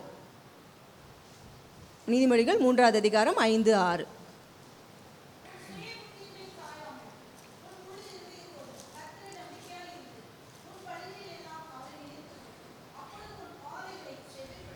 ஆமென். உன் சுய புத்தியின் மேல் சாயாமல். சுய புத்தி எப்போவுமே என்ன செய்யும்னா, நம்மை பெரிதாக நினைக்க செய்யும். எந்த சூழ்நிலை, இந்த மாதிரி ஒரு சூழ்நிலை நான் அன்னைக்கு நான் பார்த்துட்டேன், அதில் நான் இப்படி ஒரு முடிவு எடுத்தேன், இப்படி ஒரு தீர்மானம் எடுத்தேன், அதில் நான் இப்படி நான் வந்துருச்சு, எனக்கு இந்த பதில் வந்ததுன்னு சொல்லி சுய புத்தி சொல்லிகிட்டே இருக்கும். ஆனால் ஆண்டவர் சொல்கிறார், அந்த நேரத்தில் நீ சுய புத்தியில் சாயாத, நீ என்ன செய், உன் முழு இருதயத்தோடும் கர்த்தரில் நம்பிக்கையாக இருந்து. அந்த நம்பிக்கை வைக்கும் பொழுது அதில் எந்த சந்தேகமுமே வரக்கூடாது. ஆனால் இன்றைக்கி பாருங்களேன், மனுஷனை பாருங்களேன், கொஞ்சம் வித்தியாசமானவங்களாக தான் இருக்காங்க. மனுஷனை நம்பும்போது சந்தேகமே பட மாட்டாங்க. அவங்க என்ன வாக்குறுதிகளை சொன்னாலும் அப்படியே நம்புவாங்க. என்னமோ அடுத்த நிமிஷமே எல்லாம் நடக்கிறது மாதிரி, ஒரு மேஜிக் மாதிரி நம்பி அவங்க பின்னால் போய் அழிந்து போனவர்கள் கோடிக்கணக்கானவர். ஆனால் ஆண்டவருடைய பிள்ளைகளுக்கு ஆண்டவர் ஞானத்தை கொடுத்திருக்கிறார், புத்தியை கொடுத்திருக்கிறார், அவரை சார்ந்து கொள்ளும்படியான அறிவை கொடுத்திருக்கிறார். அந்த அறிவின் கண்கள் நமக்கு திறக்கப்பட வேண்டும். அந்த நேரத்தில் தான் அறிவு கண்கள் என்ன செய்கிறது, மூடி விடுகிறது, குருடராகி போய் விடுகிறோம். ஆண்டவர் சொல்ற, சுய புத்தியின் மேல் சாயாதே. நாம் ஒன்றும் பெரிய ஆளே கிடையாது.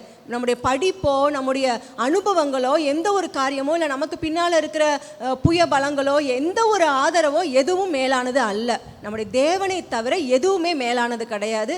ஆண்டவர் சொல்றார், என்னை அன்றி உங்களால் ஒன்றும் செய்ய கூடாது. இதை நம்ம எப்போவுமே மனதில் அண்டர்லைன் பண்ணி வச்சுருக்கணும். இப்படி ஆழமாக செதுக்குனது போல இருக்கணும். ஆண்டவரே உண்மை அன்றி. இன்றைக்கி நிறைய பேர் நினைக்கிற விஷயம், நம்மளால் முடிஞ்சதெல்லாம் நம்ம செஞ்சுருவோம், எது நம்மளால் முடியலையோ அப்போ என்ன செஞ்சுக்குவோம், ஆண்டவர்கிட்ட போயிடுவோம். இப்படி தான் 100% மக்கள், 90 பேர் இப்படி தான் இருக்கிறாங்க. நம்ம ஆண்டுடைய பிள்ளைகளை பார்த்தோம் அப்படின்னா 90% அவருடைய மனநிலை இப்படி தான் இருக்குது. ஆனால் வேதம் சொல்லுகிறது, முற்றிலுமாக நம்ம ஆண்டவரை மட்டும்தான் என்ன செய்ய வேண்டும், சார்ந்திருக்க வேண்டும். ஒருவேளை இப்போ சொல்லும் போது ஒரு மனதில் ஒரு கேலியான உணர்வுகள் வந்திருக்கலாம். ஒரு மாதிரி நினச்சி, என்னது எதுக்கெடுத்தாலும் ஆண்டவர் தானா, எதுக்கெடுத்தாலும் ஆண்டவர். ஆமாம், எதற்கெடுத்தாலும் ஆண்டவர் தான். அவர் இல்லாமல் ஒன்றுமே இல்லை. நம்முடைய வாழ்க்கையின் எல்லா பகுதியிலும் ஆண்டவர் தான். அப்போ ஆண்டவர் சொல்கிறார், அப்படிப்பட்டவர்கள், நம்ம சாதாரண மனிதர்களாக இருந்தாலும் எப்படிப்பட்டவர்களாக இருந்தாலும் இந்த உலகத்தில் ஒருவேளை பெரிய ஸ்தானங்கள் நமக்கு இருக்கலாம், என்ன புயபலங்கள் இருந்தாலும் ஆண்டவர் சொல்கிறார், அவர்கள் என்ன செய்வார்கள், சரியான பாதையிலே அவர்கள் நடந்து போவார்கள். அவங்க எந்த விசுவாசத்தின் பாதையில் ஏசப்பாவை என்றைக்கு சந்தித்தாங்களோ, ஏசப்பாவோட கிருபை அவங்களை என்றைக்கு சந்தித்ததோ அந்த நாளிலிருந்து அவங்க வாழ்க்கையை முடிக்கிற வரைக்கும் அல்லது ஆண்டுடைய வருகை வருகிற வரைக்கும் அவங்க சரியான பாதையிலே நடந்து போவாங்க. அங்கே தள்ளாடுதல் வந்தாலும் அவர்கள் தள்ளாடி போவதில்லை. மங்கி எறிகிற போல ஒரு அனுபவம் அங்கே வந்தாலும் அவங்க என்ன செய்ய மாட்டாங்க, அணைந்து போக மாட்டாங்க. ஆண்டவர் அவங்களை என்ன செய்வார், தூண்டி அவங்களை எரிய பண்ணுவார். எந்த நோக்கத்திற்காக அவர்களை தெரிந்து கொண்டாரோ அந்த நோக்கம் நிறைவேறுவதற்கு அவங்களை எடுத்து ஆண்டவர் என்ன செய்வார், நிச்சயமாக பயன்படுத்துவார். இதை நம்ம ஆழமாக விசுவாசிக்கணும். இப்படி தான் விசுவாசம். ஏதோ ஒரு பெரிய காரியம் வந்து அப்போ நான் ஒரு ஆண்டவர் எனக்கு செஞ்சார் அப்போ தான் நான் விசுவாசம் இல்லை. சின்ன சின்ன விஷயங்கள், அற்பமான விஷயங்கள், அங்கேயும் நம்முடைய விசுவாசம் என்ன செய்யப்பட வேண்டும், காணப்பட வேண்டும். என் தேவன் என்னோடு கூட கேட்கிறார், எனக்கு அவர் இந்த வாக்குத்தத்தத்தை கொடுத்திருக்கிறார் என்று சொல்லி ஒவ்வொருவரும் ஒவ்வொரு வாக்குத்தத்த வசனத்தை தனிப்பட்ட முறையில் எடுத்துக்கொள்ளணும். என்னைக்கு நம்ம தனிப்பட்ட முறையில் அந்த வசனங்களை நமக்கு என்று எடுத்துக்கொள்கிறோமோ, எனக்கு என்று எடுத்துக்கொள்கிறோமோ, அன்றைக்கு தான் அந்த வசனம் உங்களுடைய வாழ்க்கையில கிரியை செய்யும். இன்னைக்கு நிறைய பேருக்கு நிறைய வசனம் தெரியும், நூற்றுக்கணக்கான வசனங்களை மனப்பாடமாக சொல்லுவாங்க. அதில் ஒரு வசனம் உங்களுடைய வாழ்க்கையில் உள்ள போனதா, உங்களுக்குள்ள கிரியை செய்ததா, அந்த வசனத்தை நீங்கள் எந்த சூழ்நிலைகளில் அதை நீங்கள் அப்பியாசப்படுத்தினீங்க, அதோடைய பலனை எப்படி பார்த்தீங்க அப்படிங்கிறது தான் நம்முடைய கிறிஸ்தவ வாழ்க்கை. இன்னைக்கு நம்ம ஏதோ ஒரு புறஜாதிகளை போல இல்லை சடங்காச்சாரமான சபைக்கு போகிறவர்களை போல அல்லனா, இந்த ஒவ்வொரு வசனமும் நம்முடைய வாழ்க்கைக்குள்ள உட்சென்று ஊடுருவி சென்று, எப்படி ஒரு மருத்துவர் ஒரு இன்ஜெக்ஷன் ஒரு ஊசி நமக்குள்ள போட்டா அது எப்படி அந்த ரத்தத்துக்குள்ள அந்த அணுக்களுக்குள்ள போய் அது உள்ள செயல்படுமோ, அதே போலதான் வசனமானது. அந்த வசனம் சும்மா அப்படி காதுல கேட்டுட்டு போறதில்ல, அது இருதயத்துக்குள்ள வந்து தங்கி இருந்து நமக்குள்ள வேலை செய்யணும்னா அந்த வசனத்தை அப்படியே நாம் ஏற்றுக்கொள்ள வேண்டும். இந்த வசனம் தேவன் எனக்காகவே கொடுத்திருக்கிறார் என்று சொல்லி அதை விசுவாசித்து அதை நாம் என்ன செய்ய வேண்டும், சூழ்நிலைகளில் நாம் செயல்படுத்த வேண்டும். இங்கே சவுளுடைய வாழ்க்கையில் பார்க்கும் பொழுது சவுலுக்கு ஆண்டவர் ஒரு பெரிய பொறுப்பை தான் கொடுத்தார். அந்த பொறுப்பு நிமித்தமாக தான் ஒரு ஆண்டவர் இவ்வளவு நாளும் அந்த ஜனங்களை வழிநடத்தி வந்தார். ராஜாவை கொடுப்பதற்காக அவருக்கு இஷ்டம் இல்லை. ஆனால் ஜனங்கள் என்ன செஞ்சாங்க, இஸ்ரவேல் ஜனங்கள் காலங்கள் கடந்து செல்ல ஆண்டவரோடு உள்ள அன்பு அவங்களுக்கு குறைந்து போனது. ஆண்டவர் தங்களுடைய முற்பிதாக்களின் வாழ்க்கையில் என்னெல்லாம் அற்புதங்கள் செய்தாரோ அதெல்லாம் மறந்து போனாங்க.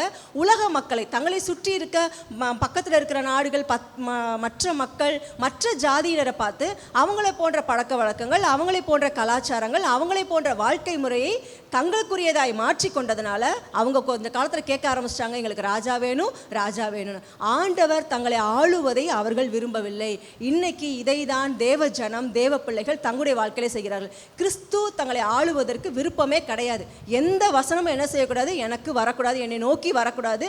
நான் ஆலயத்துக்கு ஒரு சடங்கு போல போவேன், போய்விட்டு வீட்டுக்கு வந்துடுவேன், அவ்வளோதான் என் வாழ்க்கை. அதுதான் நான் கிறிஸ்தவன் சொன்னதுனால ஆலயத்துக்கு போகிறேன் வர்றேன், அதோட என் வாழ்க்கை இருக்கட்டும் என்று நினைக்கிறார்கள். கிறிஸ்துவை தங்களுக்கு ராஜாவாக மாற்றிக்கொள்வதற்கு விரும்பவில்லை. ராஜா என்றால் நம்மை ஆளுகை செய்கிறவர், நம்முடைய வாழ்க்கையின் எல்லா பகுதியிலையும் ஆளுகை செய்கிறவர். அதனால தான் இன்னைக்கு தேவன் விரும்பின நிறைய காரியங்கள் ஆண்டுடைய பிள்ளைகள் மூலமாக நிறைவேறவே இல்லை. எதற்காக நம்மை தெரிந்து கொண்டார், எதற்காக அவருடைய பிள்ளையாக மாற்றினாரோ அது இன்றைக்கு வரைக்கும் நிறைவேறவே இல்லை. தனிப்பட்ட வாழ்க்கையில நிறைவேறலை, சபைக்குள்ளாகவும் நிறைவேறலை, சமுதாயத்திற்குள்ளாகவும் நிறைவேறவில்லை. இதற்கு காரணம் நாம் கிறிஸ்துவை ராஜாவாக நம்முடைய வாழ்க்கையில ஏற்றுக்கொள்ளவே இல்லை. இதை தான் சவுல் செய்தார். சராசரி மனிதனாக இருக்கும் பொழுது கூட அவருக்குள்ள இருந்த ஒரு விசுவாசம், ஆண்டவர் பேரில் இருந்த நம்பிக்கை, ஆண்டவர் இந்த ஜனங்கள் ஆண்டவர் வேண்டாம் என்று சொன்ன பொழுது கூட சரி ஜனங்களை நேசித்து ஆண்டவர்களை தள்ளிவிடாதபடி அவர்களுக்கு ஒரு ராஜாவை ஏற்படுத்தி கொடுத்த பிற்பாடு சவுலுக்கு ஒரு பொறுப்பான வாழ்க்கையை கொடுக்கிறார். ஆனால் அந்த பொறுப்பான வாழ்க்கையில அந்த ராஜா என்ன செய்து விட்டார், தவறி போய்விட்டார். இன்னைக்கு நமக்கு அதான் எச்சரிக்கை, நம்மை ஒரு பொறுப்பான வாழ்க்கையில தான் வச்சிருக்கோம். இன்னைக்கு ஏசப்பாவை ஏன் நம்ம சொந்த ரட்சகராக நம்ம ஆராதிக்கிறோம், அவர் வைத்திருக்கிறோம், எத்தனையோ பேர் நம்ம சுற்றி இருக்கிறாங்களே, அவங்களுக்கு நமக்கு என்ன வித்தியாசம், நமக்கு ஒரு பொறுப்பான வாழ்க்கை கொடுத்திருக்கிறார். இந்த உலகத்துல நாம் தேவனுக்கு என்று ஒரு மலை மேல் இருக்கிற பட்டணமாய் நாம் இருக்க வேண்டும். நம்முடைய பிரகாசம் அநேகருக்கு முன்பாக வெளிச்சமாய் அது காணப்பட வேண்டும். இதற்காக தான் ஆண்டவர் அழைத்திருக்கிறார். அப்ப அந்த வாழ்க்கையில ஒவ்வொரு பகுதியிலும் சிறிதும் பெரிதுமான எல்லாவற்றிலும் கிறிஸ்து நம்மோடு கூட இருந்து நம்முடைய விசுவாசம் பெருகி அந்த விசுவாசத்தினாலே நம்மிடத்திலிருந்து காணப்படுகிற செயல்களை அநேகர் காண வேண்டும். அப்ப இன்னைக்கு அதான் ஆண்டவர் கேட்கிறார். ஒவ்வொரு நாளும் ஆண்டவரே என்னுடைய விசுவாசம் எப்படிப்பட்டதா இருந்ததப்பா, நான் எப்படி இருந்தேன், என் விசுவாசம் பெருகி இருக்கிறதா, நான் விசுவாசத்துல உண்மை நம்புகிற காரியத்துல நான் எந்த இடத்துல இருக்கிறேன்ப்பா, என்னுடைய இருதயம் எப்படி இருக்கிறது என்று நம்மை நாம என்ன செய்வோம், ஒவ்வொரு நாளும் ஆராய்ந்து பார்ப்போம். அதான் ஆண்டவர் கேட்டார், உண்மையாகவே உங்களுடைய விசுவாசம் ஆண்டவர் மீது இருக்கிறதா அல்லது வேறு ஏதாவது மீது இருக்கா? ஒருவேளை அப்படிலாம் இருந்தது அப்படின்னா தயவு செய்து இன்றைய நாளில் ஆண்டவரத்துல ஒப்பு கொடுங்கள். ஆண்டவரே, நான் இத்தனை வருஷம் ஆலயத்துக்கு போய் இத்தனை வசனங்களை கேட்டும் இன்றைக்கும் நான் உண்மை விசுவாசிப்பதில் நான் ரொம்ப குறைவாக இருக்கிறேன். ஆண்டவரே, எனக்கு தயவாய் மன்னித்து எனக்கு கிருபை பாராட்டுங்க. நான் என் விசுவாசத்தை இடமாற்றி வச்சுட்டேன்ப்பா, ஏதோ ஒரு பொருள் மேலே வச்சுட்டேன், ஏதோ ஒரு மனுஷன் மேலே வச்சுட்டேன், எங்கேயோ ஒரு ஊர் மேலே வச்சுட்டேன். அதெல்லாம் என்னுடைய வாழ்க்கையிலேருந்து எடுத்து போட்டு உண்மை மாத்திரம் நேசிக்கிற இருதயம், உம்முடைய வார்த்தையை மாத்திரம் நம்புகிற அந்த இருதயத்தை எனக்கு தாங்கன்னு கேளுங்க. நம்ம இப்போ கிருபையின் காலத்தில் இருக்கிறோம். நம்ம கிருபையாய் நமக்கு இரக்கம் செய்வதற்கு ஆண்டவர் அவர் ஆயத்தமாக இருக்கிறார். அடுத்து இரண்டாவது பகுதிக்கு நம்ம வருவோம். தேவன் விசுவாசமுள்ள இருதயத்தை நோக்கி பார்க்கிறார், முழு நிறைவை அல்ல. தேவன் விசுவாசமுள்ள இருதயத்தை நோக்கி பார்க்கிறார், முழு நிறைவை அல்ல. சரி, இப்போ நம்ம சவுல் ராஜாவோட வாழ்க்கைக்கு வருவோம். இந்த சவுல் ராஜாவோட வாழ்க்கையில் பார்த்தீங்க அப்படின்னா நமக்கு அந்த வசன பகுதிகளை முழுமையாக வாசிக்க நேரம் இல்லை. அந்த வசன பகுதி நமக்கு தெரிந்த பகுதி, அந்த வசனத்தோட சுருக்கத்தை சொல்லிடுறேன். ஆண்டவர் என்ன செய்கிறார், சவுலை ராஜாவாக்கின பிற்பாடு அவரிடத்துல கொடுத்த ஒரு பொறுப்பு என்னவென்றால், அமலேக்கியர் தேவனுடைய பிள்ளைகளுக்கு எதிரானவர்கள். எப்படி எதிரானவர்கள் அப்படின்னு பார்த்தீங்கன்னா, இந்த அமலேக்கியர்கள் ஆண்டவர் இஸ்ரவேல் ஜனங்களை எகிப்திலிருந்து அவங்கள வழி நடத்தி எகிப்திலிருந்து மீட்டு வனாந்திர பாதையில் அவங்கள நடத்தி கொண்டு வரும் பொழுது இந்த அமலேக்கியர்கள் என்ன செய்தாங்கன்னா, தந்திரமாக நேர்முகமாக அல்லது நேருக்கு நேர் வராமல் பின்னால் வந்தாங்க. எப்படி பின்னால் அப்படின்னா, ஜனங்கள் அந்த அணிவகுத்து அவங்க அந்த பாலைவனத்தில் அப்படி போய் கொண்டு இருக்கும்போது பின்வரிசையில் எப்போவுமே பார்த்தீங்கன்னா கொஞ்சம் பலவீனமானவங்க, வயசானவங்க, சிறு பிள்ளைகள், இப்படிப்பட்டவங்க தான் மெதுவாக அவங்க நடந்து வருவாங்க. இந்த அமலேக்கியர்கள் என்ன செஞ்சாங்க, பின்னால் வந்தவர்களை தாக்கினார்கள், நிறைய பேரை கொன்று போட்டார்கள். இது ஆண்டோடைய பார்வையில் மிகவும் கோபமாக காணப்பட்டது. அப்போ சவுலுக்கு இதை சொல்லியே ஆண்டவர் சொல்கிறார், என்னுடைய ஜனங்களை வனாந்திரத்தில் அவங்க என்ன செய்தாங்க, இப்படி நய வஞ்சகமாக என்ன செய்தாங்க, ஒரு போருக்கு வருகிறவன் என்ன செய்ய வேண்டும், நேருக்கு நேர் தான் வர வேண்டும். ஆனால் இவர்கள் பின்னாலே வந்து என்ன செய்தார்கள், கொன்று போட்டதுனால இது என்னுடைய பார்வையிலே பொல்லாப்பா இருக்கிறது. இந்த ஜனங்களை நீர் என்ன செய்ய வேண்டும், நிக்கிரகம் பண்ண வேண்டும், அவரோடு போரிட்டு ஜெயிக்க வேண்டும் என்று ஆண்டவர் சவுலுக்கு அந்த பொறுப்பை கொடுத்து சாமுவேல் மூலமாக அங்கு சொல்லி அனுப்பப்பட்டதை நம்ம பார்க்கிறோம். அப்போ சவுலோட இருதயம் பார்த்தீங்கன்னா, ஒரு காலத்தில் அவன் சராசரி மனிதனாக இருந்து ராஜாவாக வந்த பொழுது அந்த ஆரம்ப காலத்துலலாம் இருதயம்லாம் நல்லா தான் இருந்தது. ஆண்டவரை பிரியப்படுத்துகிற காரியங்கள், ஆண்டவருக்கு பலி செலுத்துகிற காரியங்கள், ஜனங்களை ஆண்டவருக்கு பிரியமாக நடத்துகிற காரியங்கள். ஒருவேளை ஜனங்களில் நிறைய பேர் தான் இருதயம் விலகி என்ன செஞ்சுட்டாங்க, ஆண்டவர் விட்டு தூரம் போய் ரொம்ப நாளாயிருச்சு. அந்த ஜனங்களை அவ்வளோ சீக்கிரம் கொண்டு வரது அவ்வளோ ஈஸி கிடையாது. ஆனாலும் அதன் மத்தியிலையும் இந்த சவுல் ராஜா ஆண்டவருக்கு பிரியமாக தான் இருந்தார். ஆனால் காலங்கள் போக போக இந்த சவுல் ராஜா செய்த இந்த யுத்தங்கள்லாம் சவுல் என்ன நினச்சிட்டாருன்னா, இதெல்லாம் நான் செய்த யுத்தம், இது என்னால் கிடைத்த வெற்றி நினச்சி ஒவ்வொரு வெற்றியும் தனக்கு கிடைக்கும் போது அவருடைய தலைக்குள்ளே என்ன ஏறிற்று, கர்வம் ஏறிற்று, பெருமை உள்ளே போயிடுச்சு. அப்போ இருதயம் விசுவாசம் கொள்ளலை, ஆண்டவர் மீது நம்பிக்கை வைக்கல. இது ஆண்டவர் எனக்கு கொடுத்தது, ஆண்டவர் என் மீது கிருபையாயிருந்து இந்த ராஜ்யத்தை கட்டுவதற்கும் இந்த ஜனங்கள் தேவனால் தெரிந்து கொள்ளப்பட்ட ஜனங்களை வழிநடத்துவதற்கு ஆண்டவர் எனக்கு இந்த ஸ்தானத்தை கொடுத்தார் என்று அவரை மகிமைப்படுத்தாமல் தன்னுடைய இருதயத்தில் கொஞ்ச காலம் போன பிற்பாடு பார்த்தீங்கன்னா அவருடைய இருதயம் எப்படிப்பட்ட இருதயமாக இருந்ததுன்னா, பெருமை இருந்தது, பொறாமை இருந்தது, கோபம் இருந்தது, பயம் இருந்தது, தேவனை நேசிக்கிற இருதயம் இல்லாமல் இப்படிப்பட்ட சுபாவங்கள், குணாதிசயங்கள் நிறைந்த இருதயமாய் அவளுக்கு காணப்பட்டது. அதனால தான் ஆண்டவர் நமக்கிட்ட சொல்கிற காரியம், ஒவ்வொரு நாளும் நம்ம ஆராய்ந்து பார்க்க சொல்கிறார். நம்ம கொஞ்சம் அலட்சியமாக விட்டோன்னு வச்சுக்கோங்களேன், கொஞ்சம் நாளில், கொஞ்சம் வருஷங்கள் அல்லது கொஞ்சம் மாதங்களில் நம்முடைய இருதயங்களை ரொம்ப சீக்கிரமாக இந்த விஷயங்கள்லாம் உள்ளே போய் உட்காந்துருக்கோம். நமக்கே தெரியாது நம்மக்கிட்ட பெருமை வந்துச்சா, இல்லை என்ன உள்ளே வந்து உட்காந்துருக்கு, எப்படிப்பட்ட இருதயம் நமக்குள்ளே இருக்குது, ஆண்டவரை நேசிக்கிற இருதயம் எனக்கு எப்படி இருக்குது. இல்லை சும்மா பாருங்களேன், ஒரு ஆலயத்துக்கு வர்றோம், ஆலயத்துக்கு வரும்போதே நல்ல உண்மையாகவே நம்ம ஆண்டவரை நேசிக்கிறோம், நம்ம யாருமே சொல்ல வேண்டாம், ஆண்டவரை துதிங்க, பாட்டு பாடுங்க, ஜெபம் பண்ணுங்க, முழங்கால் போடுங்க, கண்களை மூடுங்கன்னு சொல்லவே தேவையில்லை. நாம் ஆண்டவரை நேசிக்கிறதுனால அந்த நேசத்தை நிமித்தமாக ஆண்டவரை நம்ம என்ன செய்வோம், நாமவே மனமு வந்து ஆண்டவரை பாடுவோம், ஆராதிப்போம், துதிப்போம். இதெல்லாம் நமக்குள்ளாக நடக்கும். இதெல்லாம் நமக்குள்ளே இல்லை அப்படின்னா நம்ம ஆண்டவரை விட்டு எங்கேயோ ரொம்ப தூரத்தில் இருக்கிறோன்னு அர்த்தம். சும்மா என்ன செஞ்சுருக்கோம், பேருக்கு ஆலயத்துக்கு வந்திருக்கோன்னு அர்த்தம். இங்கே சவுலுக்கு அதான் நடந்துச்சு.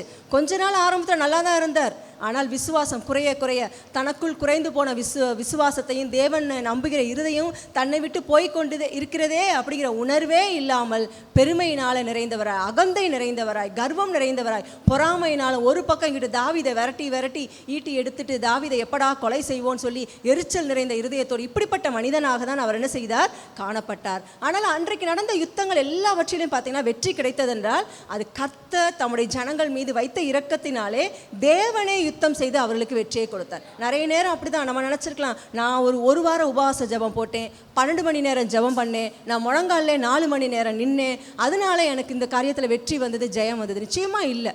நம்மளுடைய ஜெபத்தை ஆண்டவர் கேட்பார். ஆனால் அவை எல்லாவற்றுக்கும் மேலாக அந்த இருதயம் ரொம்ப முக்கியமானது. இருதயத்தை ஆண்டவர் பார்க்குறார்.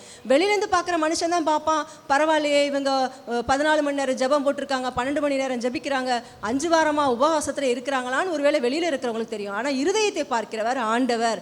அந்த இருதயம் எப்படிப்பட்டது, நம்ம ஆண்டவரை அறிந்து கொண்ட நாளிலிருந்து இப்போ ஜெபிக்கிறோமே இந்த நிமிஷம் வரைக்கும் இந்த இருதயம் எப்படிப்பட்டதாக இருந்தது, ஆண்டவரோடு கூட எவ்வளோ உத்தமமாக இருக்கிறது, எவ்வளோ ஆண்டவரை விசுவாசித்திருக்கிறது அப்படின்னு ஆண்டவர் பார்ப்பார்.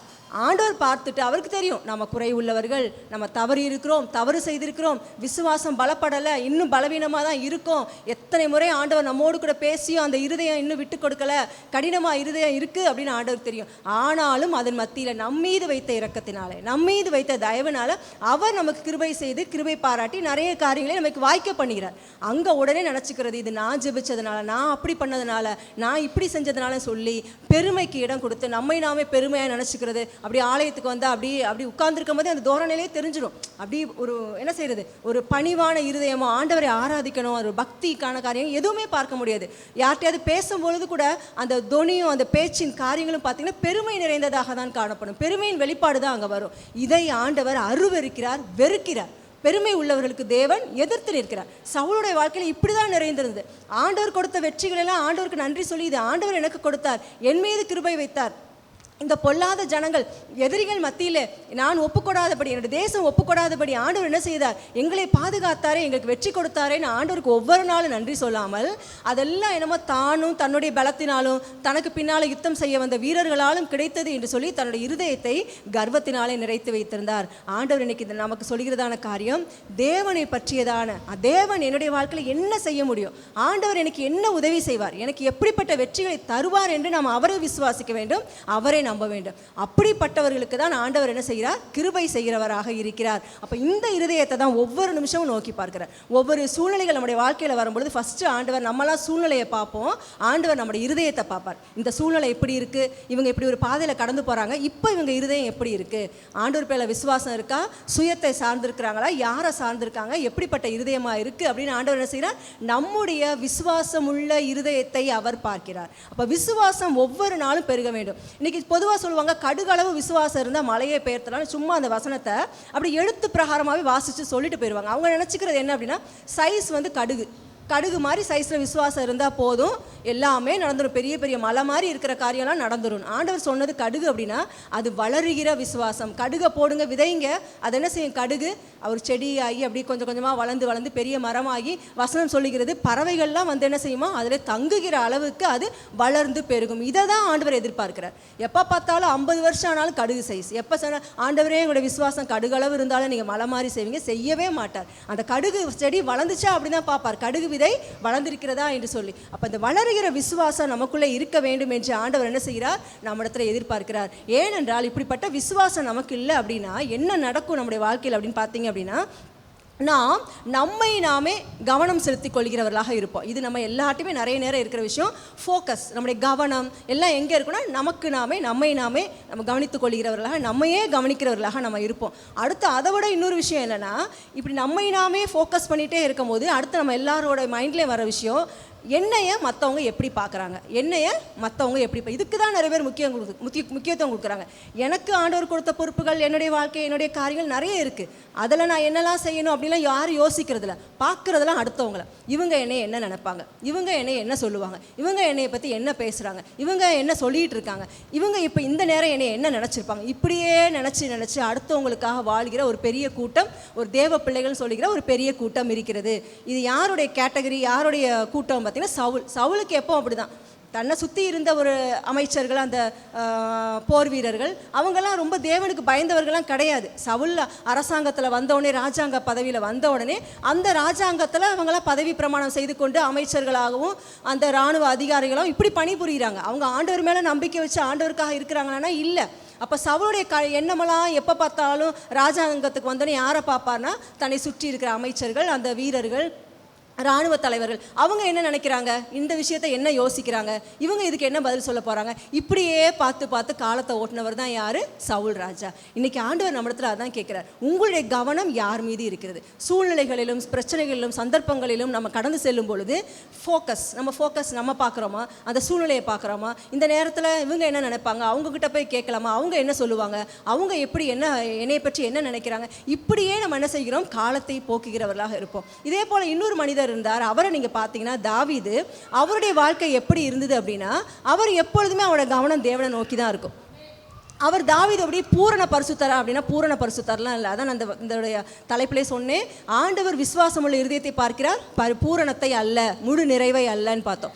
அப்போ நமக்கெல்லாம் நினைப்பு, இந்த மனுஷன் பார்க்குற மாதிரி, இவங்க செய்கிற மாதிரி, இவங்க நினைக்கிற மாதிரி நான் என்னையை மாற்றிக்கணும்னு சொல்லி அவன் மனிதனுடைய பார்வையில் நான் எப்படி 100க்கு 100 சரியாக இருக்கலான்னு அதற்கான வடிவங்கள், அதற்கான செயல்பாடுகளை செஞ்சு மனுஷன்ட்ட 100க்கு 100 மார்க் வாங்கணுங்கிறதுக்காகவே ஓடிட்டுருக்கோம். ஆனால் தாவீது பார்த்தீங்கன்னா, இவருடைய வாழ்க்கையில் இவர் பூரணமானவர் அல்ல. முழு நிறைவு இவருக்குள்ள இல்லை. இவர் நிறைய தவறுகள் செய்தவர் தான், ஆண்டவரிடத்திலிருந்து நிறைய கண்டிக்கப்பட்டவர் தான். ஆண்டவர் சுட்டி காட்டும் பொழுது திருந்தி மனம் திருந்தி எப்பொழுதுமே ஆண்டவரை நோக்கி பார்த்தவர். அப்போ அவருடைய கவனமெல்லாம் பார்த்தீங்கன்னா சும்மா சாதாரண விஷயம், அற்பமான விஷயம்னாலும் அவருடைய கவனம் ஆண்டவர் தான் நோக்கி பார்க்கும். ஆண்டவரை நீங்கள் இந்த இடத்துல என்ன சொல்கிறீங்கப்பா, நான் என்ன செய்யணும், நான் இந்த யுத்தத்துக்கு போகலாமா போகக்கூடாதா, நான் என்ன செய்ய வேண்டும் என்று சொல்லி ஆண்டவரை மாத்திரம் நம்பி வாழ்ந்ததான ஒரு மனிதராக காணப்பட்டார். எப்பொழுதும் தன்னுடைய வாழ்க்கையில் ஆண்டவரை கனப்படுத்துகிறவர், ஆண்டவரை துதிக்கிறவர், ஆண்டவருக்கு மகிமை கொண்டு வருகிறார். இதை தான் ஆண்டவர் விசுவாசம் உள்ள இருதயம் சொல்றார். அப்போ நம்ம மனிதர்களை பார்த்து மனுஷன் எனக்கு மார்க் போடணும் ஆண்டவரே, மனுஷன் எனக்கு 90 மார்க் சொல்லியிருக்கானா, 95 மார்க் சொல்லியிருக்கானா, 100க்கு 100ன்னு சொல்லிட்டானா, இல்லை 100க்கு 200 சொல்லிட்டானான்னு இப்படியே பார்த்து பார்த்து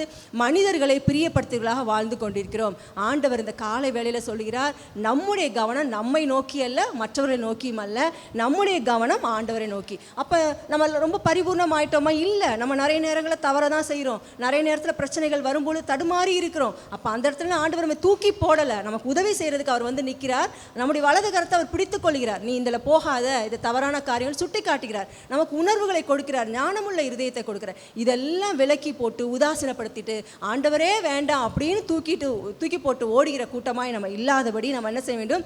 தேவனுக்கு முக்கியமானது என்னுடைய இருதயம். அதை மட்டும் எப்பவும் வச்சுக்கோங்க. நம்ம தோற்றத்தில் எப்படி வேணாலும் இருக்கலாம், நம்முடைய குடும்ப சூழ்நிலைகளோ நம்முடைய காரியங்கள் எப்படி வேணாலும் இருக்கலாம், ஆனால் எல்லாவற்றுக்கும் மேலாக நம்முடைய இருதயம்தான் முக்கியமானது அப்படிங்கிறத உள்ளத்தில் ஆழமாக வச்சுக்கோங்க.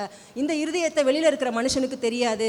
இருதயம் எப்படிப்பட்டதுங்கிறத பார்க்குற ஒரே ஒருவர் அவர் இருப்பாரானால் நம்முடைய ஆண்டவர் ஒருவர் மாத்திரம்தான். அப்போ இப்படிப்பட்ட வாழ்க்கை நமக்கு வேண்டும் என்பதை ஆண்டவர் என்ன செய்கிறார்? நமக்கு சுட்டி காட்டுகிறார். ஒரு சமயம் 1988ஆம் வருடம் ஒலிம்பிக் போட்டியில் அது சியோலில் நடைபெற்றது. அப்பொழுது பென் ஜான்சன் என்கிற கனடா தேசத்தை சேர்ந்ததான ஒரு ஓட்டப்பந்தய வீரர், அவர் ஒரு 100 மீட்டர் டேஷ் அதில் என்ன செய்தார்? ஓடி வெற்றி பெற்றார். அவருடைய ஓட்டத்தை அன்றைக்கி பார்த்தீங்க அப்படின்னா யாராலுமே கிரகித்து கொள்ளவே முடியல. அப்படிப்பட்டதான ஒரு ஓட்டம், அந்த குறிப்பிட்ட நேரத்துக்கு முன்னதாகவே ஓடி முடித்து விட்டார். எல்லாருமே ஆச்சரியப்பட்டாங்க, இவர் தான் வெற்றிக்குரியவர் அப்படின்னு சொல்லி பிரகடனமும் படுத்திட்டாங்க. ஆனால் அங்கே ஒரு டீம் எப்போவுமே இருக்கும் விளையாட்டு போட்டிகளில் பார்த்தீங்கன்னா, உண்மையாகவே சரியாக தான் ஓடுனாங்களா, அவங்க ட்ராக்ல கரெக்டாக வந்தாங்களா, எவ்வளோ நேரத்தை எடுத்திருக்காங்க, இவங்களுக்கு முன்னால் யார் வந்தா பின்னால், இதெல்லாம் பார்த்து தான் கடைசி அவங்க என்ன செய்வாங்க? அதை உறுதி செய்வாங்க. அப்போ அந்த உறுதி செய்கிற நேரம் வரும்பொழுது அங்கே இருந்த ஒரு டீமுக்கு ஒரு சந்தேகம் வந்தது, இவர் இவ்வளோ வேகமாக ஓட காரணம் என்ன? ஒரு சராசரி மனிதனால் இவ்வளோ ஓடலாம், இல்லை சராசரியும் தாண்டின மனிதர்கள் இவ்வளோ தூரத்தை ஓடலாம் அப்படின்னு ஒரு இலக்கு இருக்குது, ஒரு நிர்ணயம் இருக்குது. இதுதான் மனிதர்களுக்கு உண்டாதான காரியம். ஒரு சாதாரணமாக ஓடுறவனும் நல்ல கொஞ்சம் சரீரத்தில் வலுவானவங்களும் நல்ல பயிற்சி பெற்றவங்களும் ஓடுகிறதுல ஒரு வித்தியாசம் தெரியும். சரி, அப்படிப்பட்ட ஒரு நல்ல ஒரு மனிதனாக இருந்தாலும் ஒரு குறிப்பிட்ட காரியம் தான் அவனுடைய எல்லையாக இருக்கும். ஆனால் அந்த எல்லையெல்லாம் தாண்டி இவருடைய வேகத்தை பார்க்கும் பொழுது ரொம்ப சந்தேகம் வந்ததுனால அந்த மனிதனை உடனே கூப்பிட்டு என்ன செஞ்சாங்க? அவருடைய பிளட் டெஸ்ட் பண்ணி பார்த்தாங்க. அவருடைய பிளட் டெஸ்ட் பண்ணி பார்த்தா அதில் கண்டுபிடிச்சாங்க, அதில் போதை பொருள் இருந்தது தெரிந்தது. உடனே அவருக்கு என்ன செஞ்சாங்க? அவருக்கு கொடுத்த பரிசு, அவர் தான் ஓட்டப்பந்தயத்தில் முதலாவது வந்தார் என்று சொல்லி அந்த உலகத்திலே அறிவித்த அந்த பரிசை உடனே என்ன செய்தாங்க? திருப்பி பெற்றுக்கொண்டாங்க. அப்போ இன்றைக்கி ஆண்டவர் நமக்கு சொல்லுகிறார், நம்ம இன்றைக்கி ஓடுறது பெருசு, நான் சொன்னேன் ஓடி முடிக்கிறது தான் ரொம்ப ரொம்ப முக்கியமானது. நடுவில் பண்ண பயங்கரமாக நான் ஓடிட்டேன், நான் அப்படி செஞ்சுட்டேன், அந்த கூட்டத்துக்கு போனேன், இங்கே உபவாசம் பண்ணினேன், அந்த பிரசங்கத்தை கேட்டேன், அங்கே அப்படி இருந்துச்சு, இங்கே இப்படி இருந்துச்சு, ஓடிக்கிட்டே இருக்கிறாங்க தாறுமாறா. அந்த ஓட்டம் ரொம்ப மெதுவான ஓட்டம்லாம் கிடையாது, பயங்கரமான வேகமான ஓட்டம். ஆனால் ஆண்டவருக்கு தான் தெரியும் அந்த ஓட்டத்துக்கு பின்னால் என்ன இருக்குது, எதை நோக்கி ஓடுனீங்க, அந்த ஓட்டத்துக்கான காரணி என்ன, எதை உங்களை இழுத்துச்சு, எந்த பக்கம் எப்படி ஓடுனீங்கன்னு பார்த்துட்டு இருக்கிறவர் ஆண்டவர். ஒருவேளை உலக மனிதர்கள் நீங்கள் தான் ரொம்ப சிறப்பானவங்க, சரியாக ஓடிட்டீங்க, பயங்கரமாக ஆண்டவருக்கு சாதிச்சிட்டிங்கன்னு சொல்லலாம். ஆனால் நாளானது ஒன்று வரும், அந்த நாள் விளங்க பண்ணும். இந்த ஓட்டம் உண்மையானதா, ஆண்டவருக்காக தான் ஓடுனதா, அந்த இருதயம் எப்படி இருந்துச்சு, ஓடும் பொழுதெல்லாம் அந்த இருதயம் எப்படி இருந்துச்சு, அந்த இருதயம் எதை நோக்கி பார்த்து ஓடினது என்பதை அந்த நாளானது விளங்க பண்ணும். எனவே ஓடும் பொழுது கவனமாய் ஓடுவோம். நம்முடைய இருதயம் முக்கியமானது, என் இருதயம் முக்கியமானது அப்படிங்கிற நினைவு வைத்துக்கொண்டு, ஆண்டவரே இந்த இருதயம் உமக்கு முன்பாக உண்மையாக இருக்கட்டும்ப்பா, உம்முடைய வார்த்தையை நம்பி, உம்முடைய வசனத்தை நம்பி நீர் எங்களுக்கு கொடுக்குற பேலன், எல்லா சூழ்நிலையும் நீங்கள் எங்களோடு கூட இருந்து எங்களை ஓடி முடிக்க பண்ணுங்க அப்படிங்கிற ஒரு இருதயத்தோடு நம்ம என்ன செய்ய வேண்டும்? ஓட வேண்டும். ஆனால் சவுல் என்ன செய்யவில்லை? அவருடைய இருதயம் அப்படிப்பட்டதாக இருக்கவே இல்லை. அவருடைய இருதயத்தில் பெருமைகளும் பொறாமைகளும் அகங்காரங்களும் அகந்தையும் அதிகமாக இருந்ததுனால ஆண்டவரை மறந்தவராய் அவர் ரொம்ப நல்லா ஓடிட்டு இருக்கேன் நினைத்து தன்னுடைய ஓட்டத்தை என்ன செய்யலை? சரியாக அவர் முடிக்கவே இல்லை.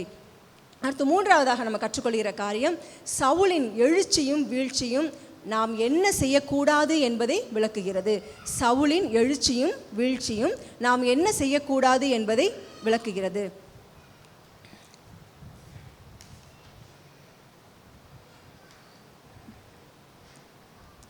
சவுலை நம்ம பார்க்கலாம். இப்போ சவுளுடைய ஆரம்ப பயணம், இப்போ சாதாரண மனிதனாக இருந்து ராஜாவாக மாறினவர் ஓட்டத்தை சரியாக முடிக்கலன்னு இப்போ தான் பார்த்தோம். அப்போ அவர் என்ன செய்கிறார் என்றால், தன்னுடைய கவனம் எப்பொழுதும் பிறர் மீதும், பிற மனிதர்கள் தன்னை என்ன நினைக்கிறாங்க, அவங்களுக்கு பிரியமாக எப்படி நடக்கலாம் அப்படிங்கிறதான ஒரு இருதயம் இருந்தது. அவர்கிட்ட தேவனுக்கு பிரியமான விசுவாசம் உள்ள இருதயம் இருக்கவில்லை. 42 வருஷ காலம் இஸ்ரவேல் ஜனங்களை அவர் அரசாட்சி செய்திருக்கிறார். ஆனால் இந்த 42 வருட காலமும் அவருடைய இருதயம் ஆண்டவருக்கு முன்பாக உண்மையும் உத்தவமாக இருக்கவில்லை.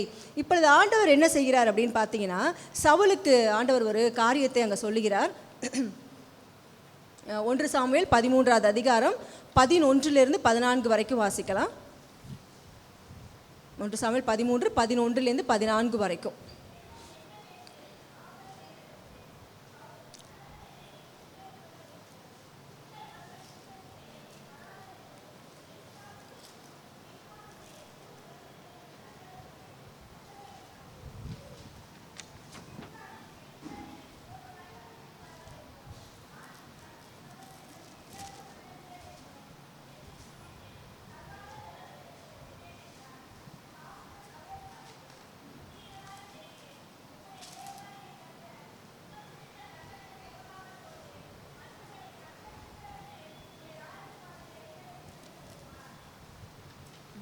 இந்த வாசித்த பகுதியை நான் சொல்கிறேன்.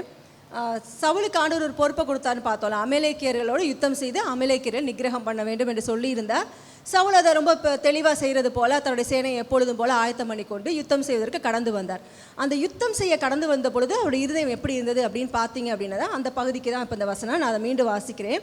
நீர் செய்தது என்ன என்று சாமுவேல் கேட்டதற்கு, சவுல் ஜனங்கள் என்னை விட்டு சிதறி போகிறதையும் குறித்த நாட்களின் திட்டத்திலே நீர் வராததையும் பெலிஸ்தர் மிக்மாசிலே கூடி வந்திருக்கிறதையும் நான் கண்டபடியினாலே கில்காலில் பெலிஸ்தர் எனக்கு விரோதமாய் வந்து விடுவார்கள் என்றும் நான் இன்னும் கர்த்தருடைய சமூகத்தை நோக்கி விண்ணப்பம் பண்ணவில்லை என்றும் எண்ணி துணிந்து சர்வாங்க தகன பலியை செலுத்தினேன் என்றான். சாமுவேல் சவுலை பார்த்து, புத்தியீனமாய் செய்தீர், உம்முடைய தேவனாகிய கர்த்தர் உமக்கு விதித்த கட்டளையை கை கொள்ளாமற் போனீர். மற்றபடி கர்த்தர் இஸ்ரவேலின் மேல் உம்முடைய ராஜ்யபாரத்தை என்றைக்கும் ஸ்திரப்படுத்துவார். இப்போதோ உம்முடைய ராஜ்யபாரம் நிலை நிற்காது. கர்த்தர் தம்முடைய இருதயத்திற்கு ஏற்ற ஒரு மனுஷனை தமக்கு தேடி அவனை கர்த்தர் தம்முடைய ஜனங்கள் மேல் தலைவனாயிருக்க கட்டளையிட்டார். கர்த்தர் உமக்கு விதித்த கட்டளையை நீர் கை கொள்ளவில்லையே என்று சொன்னான். இப்போ இதுதான் இன்றைக்கி நம்ம பார்க்க போகிறதான விஷயம். இப்போ சவுல் ராஜாவாக மாறின பிற்பாடு வெளி பிரகாரமாக எல்லாமே பார்க்குறவங்களுக்கு எப்படி இருக்குது? அரசாங்கம் சரியாக செயல்படுது, ராஜா சரியாக என்ன செஞ்சிடறாரு, ஒவ்வொரு நாளும் அரசாங்கம் கரெக்டாக போயிடுறாரு, அமைச்சர்களை சந்திக்கிறாரு, மீட்டிங் நடக்குது, எங்கெங்கே யுத்தத்துக்கு போகலான்னு பேசுகிறாங்க, யுத்தத்துக்கு போயிருக்காங்க, நிறைய யுத்தங்களை செயல்படுத்தியிருக்காங்க. வெளியிலேருந்து பார்க்கும்போது எப்படி இருக்குது? எல்லாருக்கும் பார்க்குற ஜனங்களுக்கு நம்முடைய ராஜா ரொம்ப சிறப்பாக ஆட்சி செய்கிறார். மக்கள் சொல்லுவாங்கல்ல, அவருடைய ஆட்சி ரொம்ப சிறப்பாக இருக்குது, அவருடைய ஆட்சி ரொம்ப நல்லா இருக்குன்னு பேசுகிற அளவுக்கு என்ன செய்கிறார்? அவர் செயல்பட்டு கொண்டிருக்கிற வண்ணமாக வெளியிலேருந்து பார்க்கிறதுக்கு ஒரு பூரணமான ஒரு நிறைவான ஒரு காரியத்தை போல காணப்படுகிறது. ஆனால் இருதயம் தான் பார்த்தீங்க அப்படின்னா தேவனை விட்டு விலகி போய் அது ரொம்ப நாள் ஆயிடுச்சு. இது ஒரு நாளில் நடக்கிற விஷயம் இல்லை. ஒரு இருதயம் வந்து ஒரு நாள்லாம் ஆண்டவரை விட்டு விலகாது, கொஞ்சம் கொஞ்சமாக அப்படி. சில பேர் பார்த்தீங்கன்னா ஆலயத்துக்கு ஒரு வருவாங்க, ஒரு வாரம் வருவாங்க, அப்புறம் அடுத்த வாரம் வரமாட்டாங்க, திரும்ப அடுத்த வாரம் வருவாங்க, அப்புறம் ஒரு வாரம் விட்டு வந்தவங்க அடுத்து என்ன செய்வாங்க, 2 வாரத்துக்கு ஒரு தடவை வருவாங்க, அப்புறம் கொஞ்ச நாள் கழிச்சு அது 3 வாரமாக மாறிடும், அதுக்கப்புறம் கொஞ்ச நாள் கழிச்சு 1 மாதம் ஆயிரும், அப்புறம் அப்படி கொஞ்சம் கொஞ்சமாக தேடி கடைசிக்கு பார்த்தீங்கன்னா வருஷத்துக்கு ஒரு தடவை, அப்புறம் எங்கே இருக்கிறாங்கன்னே தெரியாமல் போயிடும். அப்படி கொஞ்சம் கொஞ்சமாக தான் என்ன செய்யுது, ஆண்டவரை விட்டு விலகி போகிற காரியம் நிறைய பேரோட வாழ்க்கையில். நான் அந்த ஆலயத்துக்கு வரதை சொன்னதுனால அது ஒன்று மட்டும் உதாரணம் இல்லை, இதை மாதிரி நிறைய காரியங்கள் நம்முடைய தனிப்பட்ட ஜெப வாழ்க்கையாக இருக்கலாம், வேத வாசிப்பாக இருக்கலாம், கர்த்தருடைய பிள்ளைகளோடு உள்ள ஐக்கியம், ஆண்டவருக்கு அடுத்த எத்தனையோ காரியங்கள். அப்போ இதெல்லாம் நம்ம பார்த்தீங்கன்னா கொஞ்சம் கொஞ்சமாக தான் ஆண்டவரை விட்டு என்ன செய்கிறோம், விலகி போகிறவர்களாக இருக்கும். ஆனால் வெளியில் பார்க்குறதுக்கு நமக்கு தேவ பிள்ளைன்னு ஒரு பேர் வாங்கியிருப்போம், தேவ குடும்பம்னு பேர் வாங்கியிருப்போம், ஏதோ சாட்சி உள்ள காரியங்கள் நிறைய நமக்குள்ள நடந்திருக்கலாம்.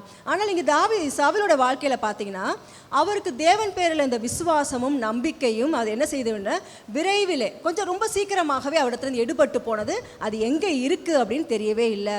அப்போ இன்றைக்கி ஆவிக்குரிய ரீதியில் இன்றைக்கி நிறைய நேரம் நம்முடைய வாழ்க்கையை பார்த்திங்கன்னா நம்ம குருடர்களாக இருக்கிறோம், உணர்ச்சி அற்றவர்களாக இருக்கிறோம். வசனம் நிறைய இடத்துல சொல்லுறது பார்த்தீங்கன்னா உணர்வு உள்ளவர்களாக இருங்கள். உணர்வு உள்ள இருதயம் தான் அந்த வசனம் சொல்லும் போது அந்த வசனம் வந்து உள்ள ஒரு மாற்றத்தை கொடுக்கும். அது வந்து தொட்டு பார்க்கும்.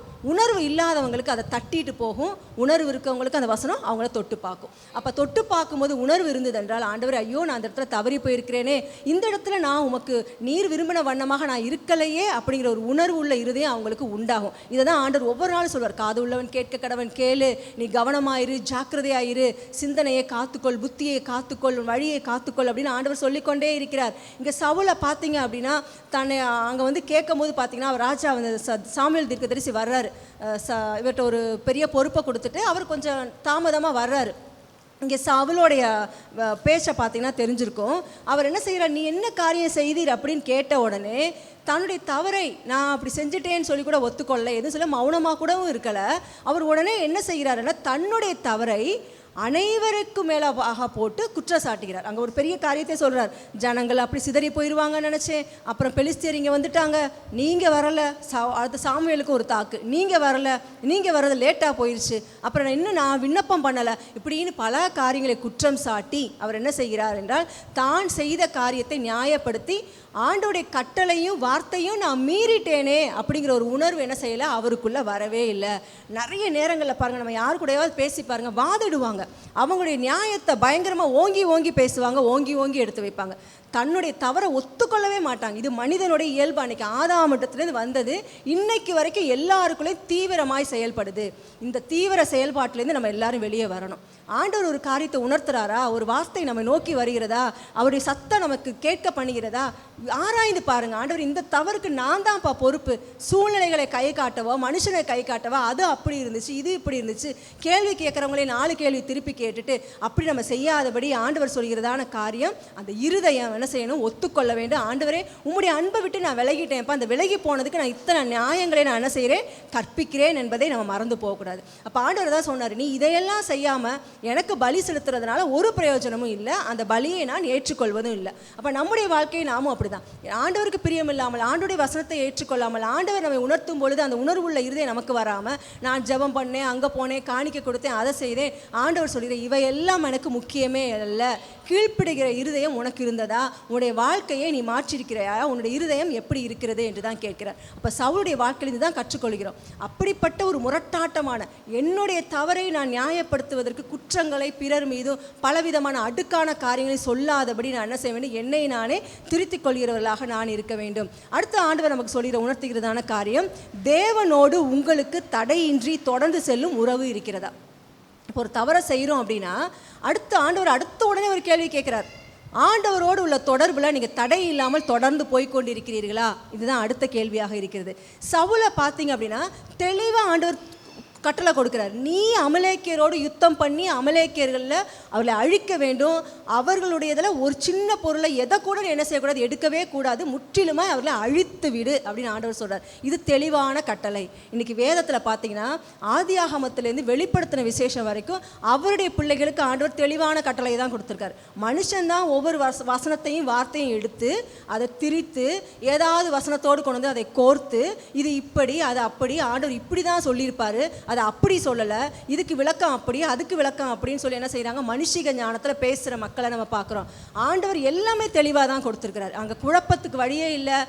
ஆண்டவர் இங்கே ஒன்று சொல்லியிருக்கிறார், அங்கே ஒன்று சொல்லலை, அங்கே ஒன்று சொல்லியிருக்கிறாருன்னா அது என்ன காரியத்துக்காக அங்கே சொன்னார் அது அப்படின்னு பாருங்கள். இங்கே ஒன்று இருக்கிறது என்றால் இது என்ன காரியத்துக்கு, ரெண்டையும் திரித்து மாற்றி என்ன செய்யாதீங்க, தயவு செய்து நீங்களும் குழப்பி மற்றவர்களையும் குழப்பி போடாதீர்கள். அப்போ இங்கே சவுலுக்கு எனக்கு புரியலை ஆண்டவரே, நீங்கள் சொன்னது என்னமோ சொன்னீங்க, அமலேக்கியர்னு மட்டும்தான் எனக்கு கேட்டுச்சு, அதுக்கப்புறம் சொன்னதெல்லாம் கேட்கல ஆண்டவரே, எனக்கு புரியலேன்னு சொல்கிறதுக்கு வாய்ப்பே இல்லை. அதுதான் நமக்கும் ஆண்டவர் சொல்கிறாரு, நான் சொல்ல முடியாது ஆண்டவரே எனக்கு இந்த வசனம் புரியலப்பா, அது அப்படிப்பா இப்படிப்பான்னு சொல்ல முடியாது. ஆண்டவர் ஒவ்வொரு நாளும் நம்மோடு கூட பேசுகிறார், நம்மளுக்கு விளக்கி கொண்டிருக்கிறார், வாழ்க்கையில் பல காரியங்கள் மூலமாக நமக்கு கற்றுக் கொடுக்கிறார். எல்லாமே ஆண்டவர் நமக்கு மிக மிக தெளிவாக சொல்லி கொடுத்துருக்கிறார். அடுத்து ஒரு வசனம் சொல்லுது, அவர் கொடுத்திருக்கிற கட்டளைகள் எதுவுமே கடினமானது அல்ல, நம்மால் செய்ய முடிஞ்சதை மட்டும்தான் அந்த வேதம் சொல்லியிருக்கிறது. செய்ய முடியாத எதையும் வேதம் சொல்லவே இல்லை.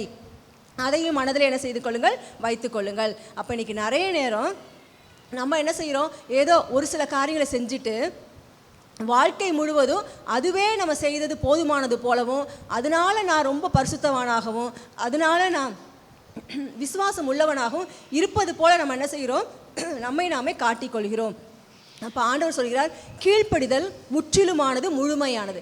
பாதி கீழ்ப்படிஞ்சிருவேன் ஆண்டவரே, ஒரு வசனம் சொன்னீங்கன்னா அந்த வசனத்தில் பாதி எடுத்துக்குவேன்ப்பா, பாதியை நான் எடுக்க மாட்டேன் அப்படின்னா அது ஆண்டவர் பூரண கீழ்ப்படிதலாக பார்க்க மாட்டார். இங்கே அமலேக்கியர்கிட்ட வந்து ஆண்டவர் சொன்னதை சாமுவேல் வந்து கேட்குறாரு, நான் சொன்னபடி நீ செஞ்சேன்னா, ஆமாம் செஞ்சேன், ஆனால் கொஞ்சம் நல்லதெல்லாம் பார்க்கும்போது என்னுடைய ஜனங்கள்லாம் சொன்னாங்க இதெல்லாம் இருக்கட்டும், உம்முடைய ஆண்டவருக்கு நம்ம என்ன செஞ்சுக்கலாம், பலி செலுத்தலான்னு சொன்னாங்க, அதனால ஆடு மாடில் ரொம்ப சிறப்பானது கொழுமையானது.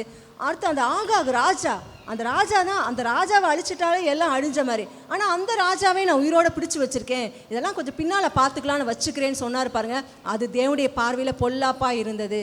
ஆண்டவர் என்ன சொல்லுகிறாரோ அதை முற்றிலுமாக செய்யுங்க. ஒருவேளை அது நமக்கு மனுஷிகத்தில் கடினமாக தெரியுதுன்னு வச்சுக்கோங்களேன், என்னால் முடியல, ஏன்னா நம்ம நிறைய காரியத்தை விட்டு கொடுக்குற இருதயமோ ஆண்டவருக்கு பிரியமாகவோ நம்ம நிறைய இடத்துல இருக்க முடியாமல் சில பிரச்சனைகள் சூழும் பொழுது அங்கே தான் ஆண்டவர் சொல்கிறார், ஆண்டவரை நோக்கி பாருங்க, கேளுங்க, ஆண்டவரே இந்த வசனத்துக்கு நான் முழுமையாக கீழ்ப்படிவதற்கு எனக்கு உதவி செய்யுங்க. எனக்கு வந்து சூழ்நிலைகளும் பலவிதமான காரியங்களும் எதிராக தான் இருக்குது, கீழ்ப்படியணுங்கிற ஆசை இருந்தாலும் அதை நான் நிறைவேற்ற முடியாதபடி பலவிதமான அழுத்தங்கள் வருது, நான் அந்த அழுத்தங்களுக்கு முக்கியத்துவம் கொடுப்பது போல காணப்படுகிறது, அது இல்லாதபடி வசனத்துக்கு நான் முக்கியத்துவம் கொடுத்து கீழ்ப்படிவதற்கு எனக்கு உதவி செய்யுங்கன்னு கேளுங்க. நிச்சயமாக ஆண்டவர் உதவி செய்வார். அப்போ நம்ம முழுமையாக நம்மளால் என்ன செய்ய முடியும், நிச்சயமாக ஆண்டவருக்கு நாம் கீழ்ப்படிய முடியும். அப்போ இந்த இருதயம் சவுலுக்கு காணப்படலை. இன்றைக்கி நம்ம நிறைய விஷயங்களை செஞ்சுட்டு நம்ம எவ்வளோ நியாயப்படுத்துகிறோம், இது நான் ஆண்டவருக்காக தான் செஞ்சேன், ஆண்டவருக்காக தான் இப்படி போனேன், அதனால தான் இதை செஞ்சேன், இது ஆண்டவருக்கே தெரியும், என் இருதயம் ஆண்டவருக்கு தெரியும், இப்படின்னு சொல்லி என்ன செய்கிறோம், நம்முடைய காலத்தை நம்ம கடத்தி கொண்டு இருக்கிறோம். அப்போ ஆண்டவர் சொல்கிறார், கர்த்தருக்கு காத்திருக்கணும்னு சில இடத்துல ஆண்டவர் நமக்கு சொல்லியிருக்கிறாருன்னா காத்து தான் இருக்கணும். அப்போ அந்த விசுவாசத்தில் அப்பா உட்காந்துட்டு 1000 கேள்வி கேட்கக்கூடாது, எனக்கு மட்டும் ஆண்டவர் செய்ய மாட்டாரா, ஏன் என்னையை மட்டும் ஆண்டவர் கொஞ்சம் நேரம் எடுக்கிறாரு, எனக்கு ஏன் அப்படி நடந்துச்சுன்னு கேட்காதபடி காத்திருப்பதற்கு ஒரு விசுவாசம் உள்ள இருதயம் வேண்டும். காத்திருக்கிறோம் என்று சொல்லும் பொழுது அதுக்குள்ளே என்னெல்லாம் இருக்குது அப்படின்னு பார்த்தீங்கன்னா, நம்முடைய விசுவாசம், நம்முடைய நம்பிக்கை, கீழ்ப்படிதல், பொறுமை, பணிவு, இந்த 5 விஷயம் உள்ளே இருக்குது. அப்போ காத்திருக்கிறதுங்கிறது ஒரு அற்பமான காரியம் இல்லை, அதை நம்ம தான் மனுஷன் தான் அற்பமாக நினைக்கிறோம். என்னைக்கு தான் ஆண்டவர் எனக்கு செய்வார், நான் எவ்வளோ நாளாக ஜெபம் பண்ணிகிட்டு இருக்கேன், இல்லை எவ்வளோ நாளாக எதிர்பார்த்துட்ருக்கேன், எனக்கே நடக்கலை அப்படின்னு சொல்லி முறுமுறுக்காதீங்க. அந்த காத்திருக்கிற காலம் அல்லது ஆண்டவருக்கு நான் காத்திருக்கிறேன், ஆண்டவர் என்னுடைய வாழ்க்கையில் கிரியை செய்யணும் அப்படின்னா அந்த 5 ஃபேக்டர்ஸ் உள்ளே இருக்குது. நான் மீண்டும் சொல்கிறேன், விசுவாசம், ஆண்டவர் மீது உள்ள விசுவாசம், ஆண்டவர் மீதான நம்பிக்கை, அவருக்கு கீழ்ப்படிய வேண்டும் என்கிறதான கீழ்ப்படிதல், பொறுமை, பணிவு, இத்தனை விஷயங்களும் உள்ளே இருந்தால் தான் கர்த்தருக்கு காத்திருக்கிற காரியம் ஒரு நன்மையானதாக பிரயோஜனமானதாக நம்முடைய வாழ்க்கையில் வரும். இல்லை அப்படின்னா வருஷங்கள் எவ்வளோ கடந்து போனாலும் என்ன நடந்தாலும் அந்த கர்த்தருக்கு காத்திருந்தேன் நான் அப்படி சொல்கிறதுல ஒரு அர்த்தமே இல்லாமல் என்ன செய்துவிடும், போய்விடும். அப்போ விசுவாசம் என்பதை இன்றைக்கி நிறைய பேர் எப்படி எடுத்துருக்கோன்னா, நம்முடைய அறிவை போல் எடுத்து வச்சுருக்கோம். அது ஒரு நம்ம தலைக்குள்ளே போய் உட்கார்ந்துருக்கு, ஒரு அறிவு மாதிரி தான் வச்சுருக்காங்களே ஒழிய அதை இருதயத்தில் கொண்டு போகணும், இருதயத்தின் காரியமாக அதை மாற்ற வேண்டும் என்று நம்மளாம் என்ன செய்கிறத நிறைய பேர் நம்ம எடுத்துக்கொள்ளாததுனால கர்த்தருக்கு காத்திருக்கிற அந்த அனுபவத்தை நிறைய பேர் என்ன செஞ்சுருக்காங்க, இழந்து போனதை வாழ்க்கையில் நம்ம பார்க்கிறோம். அப்போ ஆண்டவர் எப்போவுமே நமக்கு சொல்கிற விஷயம், இதை மறந்து போகாதீங்க, யுத்தம் என்னுடையது அல்லது யுத்தம் கர்த்தருடையது. அந்த யுத்தம்னா ஏதோ பெரிய பெரிய பிரச்சனை வரும் போல் பெரிய பெரிய சண்டைகள் அப்படிலாம் இல்லை.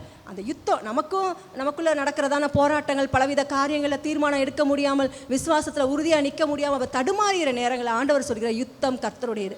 அவர் ஜெயமாய் நமக்காக காரியங்களில் அவர் என்ன செய்வார், மேற்கொள்ளுவார்.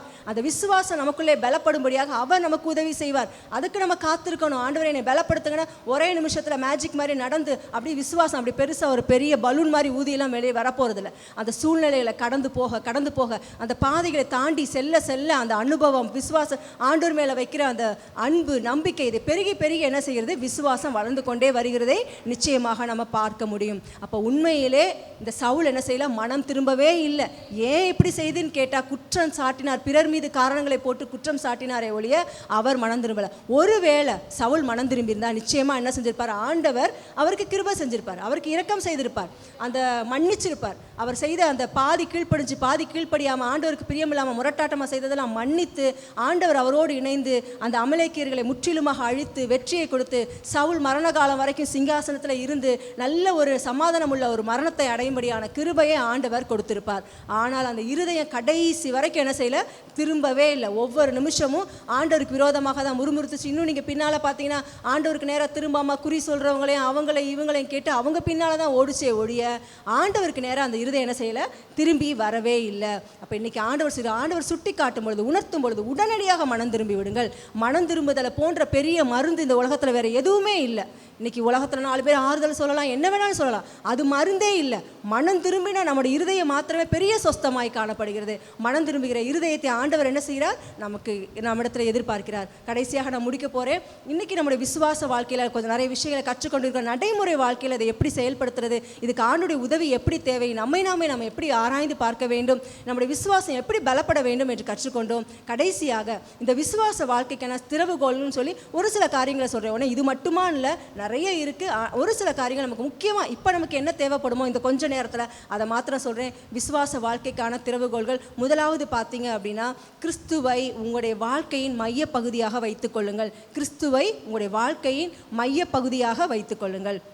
இப்போ சவுலை பார்க்குறோம். சவுலுக்கு ஆவிக்குரிய கண்கள் இல்லை, விசுவாசம் உள்ள இருதயம் இல்லாததுனால தன்னை சுற்றி இருந்தவங்களையும் பார்த்தே தன்னுடைய வாழ்க்கையை என்ன செய்தார், அழித்து போட்ட மனிதனாக காணப்பட்டார். ஆனால் இன்னைக்கு ஆண்டவர் சொல்கிறார், எப்பொழுது நீங்கள் அவரை மையமாக, என் வாழ்க்கையில் ஒரு மைய பகுதி, மைய புள்ளி எனக்கு ஒன்று இருக்கிறது என்றால் அது கிறிஸ்து என்று நீங்கள் வாழ்க்கையில் வைப்பீங்க அப்படின்னா உங்கள் வாழ்க்கை சமநிலையாக இருக்கும். எந்த சூழ்நிலையிலும், எப்படிப்பட்ட நேரத்திலும், எப்படிப்பட்ட காரியமானாலும் நீங்கள் என்ன செய்ய முடியும், ஆண்டவருக்கு பிரியமாய் வாழ தேவன் நமக்கு உதவி செய்வார். அந்த மைய புள்ளி மட்டும் இல்லைன்னு வச்சுக்கோங்களேன், நம்ம பார்க்குறோம் வண்டியெல்லாம் ஓட்டுறவங்களுக்கு தெரியும், அந்த சக்கரத்தோட மைய புள்ளி சரியாக இல்லை அப்படின்னா அந்த சக்கரம் எப்படி சுழலும், அது என்ன நடக்கும்னு தெரியும். அதே போல தான் நம்முடைய வாழ்க்கை சக்கரமும் சரியாக சுழல முடியாதபடி போய்விடும். எனவே நம்ம இடத்துல அப்படி இல்லைன்னா உடனே உள்ள கடகடான்னு உள்ள வர விஷயம் என்னெல்லாம் வரும், நமக்கு கோபம், பொறாமை, எரிச்சல், அவிசுவாசம், கடின இருதயம், மேட்டிமை, அகந்தை, இதெல்லாம் உள்ள ஒன்று பின்னால் ஒன்று என்ன செஞ்சிடும், உள்ளே வந்து உட்கார்ந்து கொள்ளும். கிறிஸ்துவை மையமாக வைப்பீர்கள் என்றால் அந்த ஆவியின் கனி நம்ம இடத்துல வரும். அன்பு, சந்தோஷம், சமாதானம், நீடிய பொறுமை, சாந்தம், இச்சையடக்கம், இவையெல்லாம் நமக்குள்ள என்ன செய்யும், வளர்ந்து வளர்ந்து வளர்ந்து கிருபை பெருகி எந்தெந்த சூழ்நிலையில் எந்தெந்த காரியங்களை எப்படி அணுக வேண்டும், ஆண்டவர் எப்படி பிடித்து கொள்ள வேண்டும் என்கிற ஒரு கனியுள்ள வாழ்க்கை நம்ம இடத்துல வெளிப்படுவதை நம்ம பார்க்க முடியும். இரண்டாவதாக ஆண்டவர் சொல்கிற காரியம், தேவனோடு ஒரு தனிப்பட்ட உறவை வளர்த்து கொண்டு கடந்த கால அனுபவங்களை கவனியுங்கள். தேவனோடு ஒரு தனிப்பட்ட உறவை வளர்த்து கொண்டு கடந்த கால அனுபவங்களை கவனியுங்கள். இதில் நம்ம பார்த்திங்க அப்படின்னா இஸ்ரவேல் ஜனங்களை எடுத்துக்கலாம். இஸ்ரவேல் ஜனங்கள் அவங்களுடைய வாழ்க்கையில் தனிப்பட்ட உறவு ஆண்டவரோடு அவங்களுக்கு இல்லவே இல்லை. அவங்கள வாழ்க்கையில் பார்த்திங்க அப்படின்னா எப்பொழுதுமே ஆண்டவரை நம்பவே மாட்டாங்க. எதற்கெடுத்தாலும் நிமிஷந்தோறும் ஆண்டவரை தூஷிச்சுட்டே இருப்பாங்க, ஆண்டவருக்கு விரோதமாக பேசுவாங்க, முறுமுறுப்பாங்க.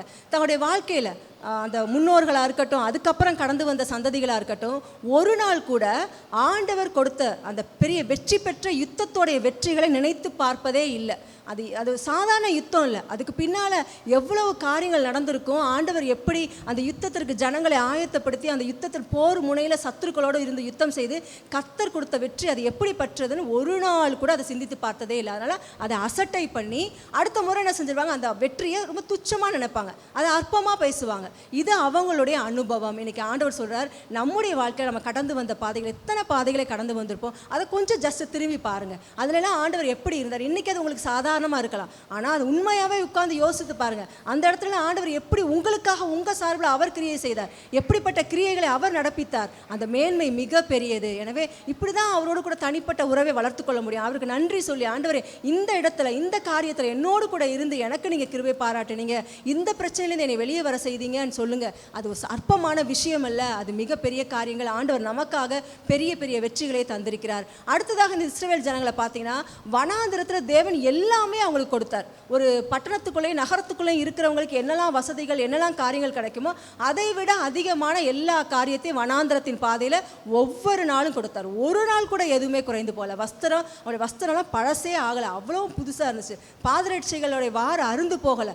சாப்பாடா, தேவையான சாப்பாடுகள், வகையான விதவிதமான உணவுகளை கொடுத்தார், தண்ணியை கொடுத்தார், என்னென்னமோ காரியங்கள், பெரிய பெரிய காரியங்களை ஆண்டவர் செய்தார். ஆனால் அதை ஒரு நாள் ஒரு நிமிஷத்தில் கூட அதை என்ன செய்யல, நினச்சி கூட பார்க்கவே இல்லை. அவர் கொடுத்த அந்த நன்மையான காரியங்களை நினைத்து கூட பார்க்கல. இன்றைக்கி நம்முடைய வாழ்க்கையில் ஆண்டவர் பாராட்டின, அவர் நம்முடைய இந்த வாழ்க்கை பயணத்தில் நமக்கு கொடுத்த நன்மைகள் எத்தனையோ பேர் நம்மை விட தகுதியானவர்கள் எத்தனையோ பேர் இருக்கலாம், அவங்களுக்கெல்லாம் கிடைக்காத எத்தனையோ மேன்மையான காரியங்கள், எத்தனையோ காரியம். ஒருவேளை அது உங்களுக்கு அற்பமாக இருக்கலாம், ஆனால் அது மிகப்பெரிய காரியம். ஆண்டவர் அவ்வளோ நன்மைகளை நம்முடைய வாழ்க்கையில் அவர் செய்திருக்கிறார்.